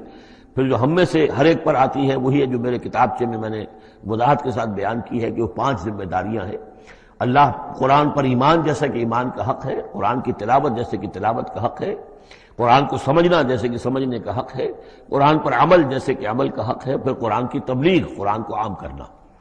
ان الذی فرض علیک القرآن رادک الی معاد، وہ یقین آپ کو لوٹا لے جائے گی وہ ہستی، وہ اللہ جس نے آپ پر یہ قرآن کی ذمہ داری ڈالی ہے، تبلیغ قرآن کا فریضہ آپ کے کاندھوں پر رکھا ہے، وہ یقیناً آپ کو پہنچائے گا بہت اچھی جگہ لوٹنے کی. معاد عاد یعود سے اس میں ظرف ہے، لوٹنا، لوٹنے کی جگہ. اب معاد سے مراد آخرت عام طور پر ہے، ایمان بالرسالت، ایمان باللہ، ایمان بالمعاد، ایمان بالآخرہ کو ایمان بالمعاد بھی کہا جاتا ہے. لیکن اس کے بارے میں بعض روایات ایسی ملتی ہیں کہ اس کا شان نزول یہ ہے کہ حضور صلی اللہ علیہ وسلم جب ہجرت کے سفر کو نکلے ہیں مکے سے، تو جو عام راستہ تھا اس سے ہٹ کر آپ نے، چونکہ اندیشہ تھا اور واقعہ تھا کہ تعاقب ہو رہا تھا، تلاش کیا جا رہا تھا، 3 دن رات تو آپ غار ثور میں روپوش رہے. پھر آپ نے ایک بڑا ہی سخت راستہ اختیار کیا تھا کہ جو پہاڑی راستہ تھا جو گزر رہا تھا، جس پر کہ کوئی انسان جاتا نہیں تھا. لیکن کچھ راستہ جو ہے وہ پھر اس مین راستے سے جا کر مل گیا. یوں سمجھیے یہ راستہ جا رہا تھا مین کہ جو مکے سے مدینے کا تھا. حضور نے ایک اور راستہ اختیار کیا، لیکن کچھ عرصے کے بعد وہ راستہ جا کر اس راستے کے ساتھ مل گیا. جہاں ملا، اب آپ خود سوچئے کہ وہاں ایک ایسی سچویشن آ گئی کہ حضور ایک ٹی پر کھڑے ہوئے ہیں. اب داہنی طرف جاتے ہیں تو مدینہ ہے اور بائیں طرف جاتے ہیں تو مکہ ہے. اس وقت حضور کے دل میں ایک ہوک سی اٹھی ہے، اس لیے کہ جب آپ مکے سے روانہ ہوئے تھے تب بھی روایات میں آیا ہے کہ آپ کعبے سے لپٹ کر آپ نے یہ کہا تھا کہ بیت اللہ مجھے تجھ سے بڑی محبت ہے، لیکن میں کیا کروں، یہاں کے لوگ مجھے یہاں رہنے نہیں دے رہے. تو گویا کہ کعبے سے یہ جدائی تو آپ پر شاہ گزر رہی تھی. اب جب وہ آپ چند دن کا سفر کر کے اور چند دن وہ غار ثور میں روپوش ہونے کے بعد جب پہنچے ہیں، اب ایسی جگہ پہنچے کہ جہاں سے اگر دائنی طرف جاتے ہیں تو یہ مدینے کی طرف راستہ جانا تو آپ کو ادھر ہی ہے، لیکن سامنے وہ راستہ آ گیا کہ جو مکے کی طرف جا رہا، تو آپ کے دل میں ایک پھوک سی اٹھی. اس وقت اللہ تعالیٰ نے آپ کے اطمینان کے لیے یہ آیت نازل کی کہ آپ گھبرائیے نہیں، مکے میں ہم آپ کو لوٹا کے لے آئیں گے، آپ یہیں پہنچیں گے، بڑی شان سے پہنچیں گے. اس وقت تو آپ کو نکلنے کے لیے جو ہے روپوش بھی ہونا پڑا ہے، آپ کا تعاقب بھی ہو رہا ہے، پھر وقت آئے گا کہ آپ ایک فاتح کی حیثیت سے داخل ہوں گے. تو یہ بھی اس کی ایک روایت چونکہ ہے تو یہ مفہوم بھی اس میں نکل سکتا ہے، لیکن عام طور پر یہ ہے، اس سے مراد میرے نزدیک یہی ہے کہ آپ کے لیے جیسے کہ سورۃ الضحیٰ میں کہا گیا ہے وَلَلْآخِرَةُ خَيْرٌ لَكَ مِنَ الْأُولَىٰ، اے نبی آپ کے لیے آخرت جو ہے اس دنیا سے کہیں بہتر ہے. لہذا آپ کے لیے تو یوں سمجھیے کہ جو اللہ لوٹا کر آپ کو لے جائے گا معاد میں، تو وہ معاد آپ کے لیے معادن، یہ گویا کہ یہ تفخیم کے لیے ہے نکرہ، بہت عمدہ جگہ لوٹانے کی، جس کے لیے یہ بھی کہا گیا عسیٰ ان یبعثک ربک مقاما محمودا، وہاں پر جو آپ کو مقام ملنا ہے مقام محمود، اور جو جنت حضور کی ہوگی جس کا کیا تصور کوئی کر سکتا ہے، تو ادھر اشارہ ہے. ان الذی فرض علیک القرآن رادک الی معاد قل ربی اعلم من جاء بالہدی، کہہ دیجئے کہ میرا رب خوب جانتا ہے کہ کون ہدایت لے کر آیا، کون راہ کی سوجھ لے کر آیا، کون ہدایت لے کر آیا، ومن هو فی ضلال مبین، اور کون وہ ہے کہ جو کھلی گمراہی میں پڑا ہوا ہے. وما کنت ترجو ان یلقی الیک الکتاب، اور اے نبی آپ کو تو کوئی توقع نہیں تھی کہ آپ کو کتاب دی جائے گی، کتاب القا کی جائے گی. یہی بات آئی ہے سورہ نمل کے اندر بھی وَإِنَّكَ لَتُلَقَّى الْقُرْآنُ مِن لَّدُنْ حَكِيمٍ حَلِيمٍ، یہ قرآن تو آپ کو دیا گیا ہے، ایسا نہیں ہے کہ آپ متوقع تھے، آپ چاہتے تھے، آپ کو چلہ کشی کر رہے تھے کہ کوئی مجھے بھی کوئی روحانیت حاصل ہو جائے اور کوئی غیب کی میں تعلیم غیب کی معلومات حاصل کر لوں. معاذ اللہ آپ کا تو مزاج ہی وہ نہیں تھا. ایک بہت ہی جو سمجھیے شریف انسان اور ایک شریف تاجر، اسی لیے حضور نے فرمایا تاجر الصدوق الامین مع النبیین والصدیقین والشہداء، وہ تاجر کو بالکل سچا ہو، جھوٹ کی آمیزش نہ ہونے دے، اور امین ہو، امانت دار ہو، اس کا رتبہ جو ہے وہ تو انبیاء اور صدیقین اور شہداء کے ساتھ ہے، اس جماعت میں شریک ہوگا وہ. تو حضور کی زندگی وہ تھی. لہذا یہاں فرمایا ہے کہ وما کنت ترجو، آپ تو کوئی امیدوار نہیں تھے، نہ آپ کو یہ توقع تھی کہ آپ پر یہ کتاب اتاری جائے گی، الا رحمتا من ربک، یہ تو اللہ کی رحمت ہوئی ہے، اس کی مہربانی ہے کہ آپ کو اس نے چنا ہے، پسند کیا ہے، اور آپ کو اللہ تعالیٰ نے یہ کتاب عطا فرمائی. فلا تکونن ظہیرا للکافرین، تو آپ کافروں کے پشت پناہ نہ بنے. اس میں اشارہ ہو رہا ہے اصل میں، جیسے کہ ہم پڑھ چکے ہیں سورہ نساء کے اندر کہ اے مسلمانوں، گویا کہ یہ بات کہی گئی تھی کہ تم اپنی عصبیت اور قبائلی عصبیت کی وجہ سے، تمہارا ایک شخص ہے منافق ہے، اس نے وہ چوری بھی کی تھی، اب تم اس کی پشت پناہی کر رہے ہو اور سارا کا سارا الزام یہودی پر ڈالنا چاہ رہے ہو، تو یہ عصبیت جاہلیت ہے۔ یہاں ذکر کیا جا رہا ہے فلا تکونن ظہیرا للکافرین۔ اب ظاہر بات ہے کہ حضور جب مکے میں دعوت دے رہے ہیں تو اب رشتے جو ہیں وہ کٹ رہے ہیں، گویا کہ ابو لہب سگا چچا ہے لیکن دشمنی کے انتہا کیے ہوئے ہیں۔ تو یہ جو آپ نے فرمایا، اب آپ اپنے رشتوں کو ان کافرین کے ساتھ، اب آپ اپنے تعلقات کو کوئی اہمیت نہ دیں، ان کے ساتھ کسی عصبیت کا کوئی اگر اثر کہیں ہو بھی، کہیں اگر کوئی یعنی بہت ہی ادنا سا خفیف سا بھی شائبہ اگر دل میں ہو تو اس کو بھی آپ نکال دیجئے۔ یہی لفظ کہے تھے حضرت موسیٰ علیہ السلام نے جب وہ قبطی مارا گیا تھا ان کے ہاتھوں، کہ جب اللہ تعالیٰ نے توبہ قبول کر لی کہ میں کبھی بھی ابھی کسی کافر کا اور کسی ایسے شخص کا، میں ظالم کا ظہیر نہیں بنوں گا، پشت پناہ نہیں بنوں گا، تو وہی حکم حضور کو دیا جا رہا ہے۔ وَلَا يَصُدَّنَّكَ عَنْ آيَاتِ اللَّهِ بَعْدَ إِذْ أُنزِلَتْ إِلَيْكَ، یہ اسی سورہ مبارکہ میں یہ آیت نمبر 17 تھی یہ۔ وَلَا يَصُدُّنَّكَ عَنْ آيَاتِ اللَّهِ بَعْدَ إِذْ أُنزِلَتْ إِلَيْكَ، اور نہ آپ کو برگشتہ کر سکیں، روک سکیں، آپ کے رخ کو موڑ دیں اللہ کی آیات سے، بعد اذ انزلت الیک، جبکہ وہ آپ پر نازل کر دی گئیں، ودعو الی ربک، یعنی یہ آپ کے کنبے والے، قبیلے والے، آپ کے یہ قریش جو ہے، جو آپ ہی کے قبیلے کے لوگ ہیں، اگر آپ ان کے ساتھ کوئی اپنا بھائی چارہ رکھیں گے اور کوئی ان کے ساتھ تعلق قلبی جو ہے استوار رکھنے کی کوشش کریں گے، اگر کسی درجے میں بھی یہ قبائلیت جو ہے آپ کے اندر رہی تو یہ روک دیں گے پھر آپ کو، یہ تو پھر اس سے استعمال کریں گے اور اس کی بنا پر جو ہے وہ پریشرائز کرنے میں آپ کو کامیاب ہو جائیں گے کہ وہ آپ کو قرآن مجید کی جو آیات آپ پر نازل ہو رہی ہیں ان سے برگشتہ کر دیں۔ وَلَا يَصُدُّنَّكَ، اور نہ کرنے پائیں آپ کو برگشتہ اللہ کی آیات سے، بعد اذ انزلت الیک، اس کے بعد کہ وہ آپ پر نازل کر دی گئی ہیں، وَدْعُ إِلَىٰ رَبِّكَ، اور اپنے رب کی طرف دعوت دیتے رہیے، وَلَا تَكُونَنَّ مِنَ الْمُشْرِكِينَ، اور دیکھیے شرک سب سے گھناؤنا جرم ہے تو اس کا کوئی شائبہ بھی اپنے قریب بتانے دیجیے۔ وَلَا تَدْعُ مَعَ اللَّهِ إِلَٰهًا آخر، جیسا کہ میں نے بار بار عرض کیا ہے، اس میں خطاب تو ہوتا ہے بظاہر حضور سے واحد کے صیغے میں، لیکن یہ کہ یہ خطاب صرف حضور سے نہیں ہے بلکہ اصلاً اس کے مخاطب مسلمان ہیں، حضور کے وساطت سے۔ وَلَا تَدْعُ مَعَ اللَّهِ إِلَٰهًا آخر، اور مت کسی کو پکارو اللہ کے ساتھ کسی اور الہ کو، لا الہ الا ہو، اس کے سوا کوئی معبود نہیں ہے، کل شیء ہالک الا وجہہ، ہر شے فنا میں ہے یا فنا ہو جائے گی سوائے اس کا چہرہ۔ اب یہ کہ اللہ کا چہرہ کون سا ہے، اور یہ کہ اگر اللہ کا چہرہ جو ہے صرف اس کے لیے فنا نہیں تو کیا اللہ کے لیے کوئی باقی اعضاء بھی ہیں، ان کے لیے فنا ہے؟ معاذ اللہ ثم معاذ اللہ۔ یہ آیات جیسا کہ میں نے عرض کیا کہ اللہ کی ذات سے متعلق ہوں، عالم سے متعلق ہوں، عالم غیب اور عالم آخرہ کی، ان کے بارے میں بس جتنا کچھ بتا دیا ہے اس کے اوپر اکتفا کی جائے، اس سے آگے منطق کے حوالے سے اس کا جو ہے لازم اور ملزوم کے ایک ایک قدم بڑھاتے نہ جائیں، تو اس میں یہ ہے کہ انسان جو پھر غلط راستے پر پڑ جائے گا۔ العجز عن درک ذات ادراک، حضرت ابوبکر صدیق نے فرمایا تھا اللہ تعالیٰ کی ذات تو وہ ہے کہ جب انسان یہ سمجھ لے کہ میں اس کی ذات کو نہیں سمجھ سکتا، بس یہی ادراک ہے،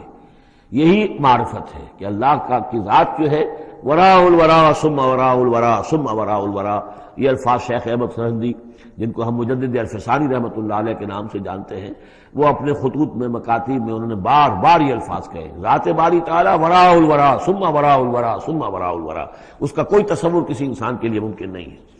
لیکن یہ کہ ہر شے ہلاک ہو جانے والی ہے سوائے اللہ کے چہرے کے۔ ظاہر بات ہے کہ ہر شے کے لیے فنا ہے، اور یہاں پہ اکثر لوگوں نے پھر اس منہ سے مراد لیا پوری ہستی،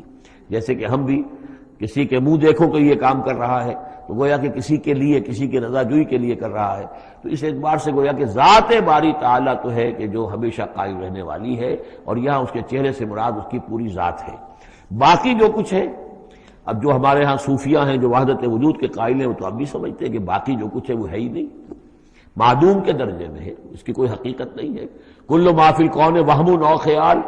او وقوف فی المرایا او ظلال، جو بھی کچھ اس کائنات کے اندر ہے اللہ کی ذات کے سوا یا تو وہ وہم ہے، کل ما فی الکون وہم او خیال او وقوف فی المرایا، یا جیسے کہ شیشوں میں عکس نظر آتے ہیں، آئینہ قد آدم ہے، آپ اس کے سامنے کھڑے ہیں تو آپ پیچھے بھی نظر آ رہے ہیں اس کے، ہے تو نہیں آپ وہاں، جو جیسے کہ شیشے میں عکس ہوتا ہے کہ اس کا وجود کوئی نہیں، اسی طریقے سے یہ کائنات جو ہے اپنی اصل کے اعتبار سے معدوم کے درجے میں ہے۔ اور پھر یہ کہ یہ بھی ہمارا عقیدہ ہے کہ ہر شے فنا ہو جائے گی۔ لہ الحکم، اسی کے لیے ہے اختیار، بادشاہی، حکومت، وَإِلَيْهِ تُرْجَعُونَ، اور اسی کی طرف تم لوٹا دیے جاؤ گے۔ یہاں یہ 4 صورتیں جو تھیں اس سورہ اس گروپ کی، وہ میں نے عرض کیا تھا کہ 4 ایک مزاج کی ہیں، اور اب جو 4 ہیں وہ ایک مزاج کی ہیں، اور یہ چاروں اب شروع جو ہو رہی ہیں وہ الف لام میم سے ہو رہی ہیں۔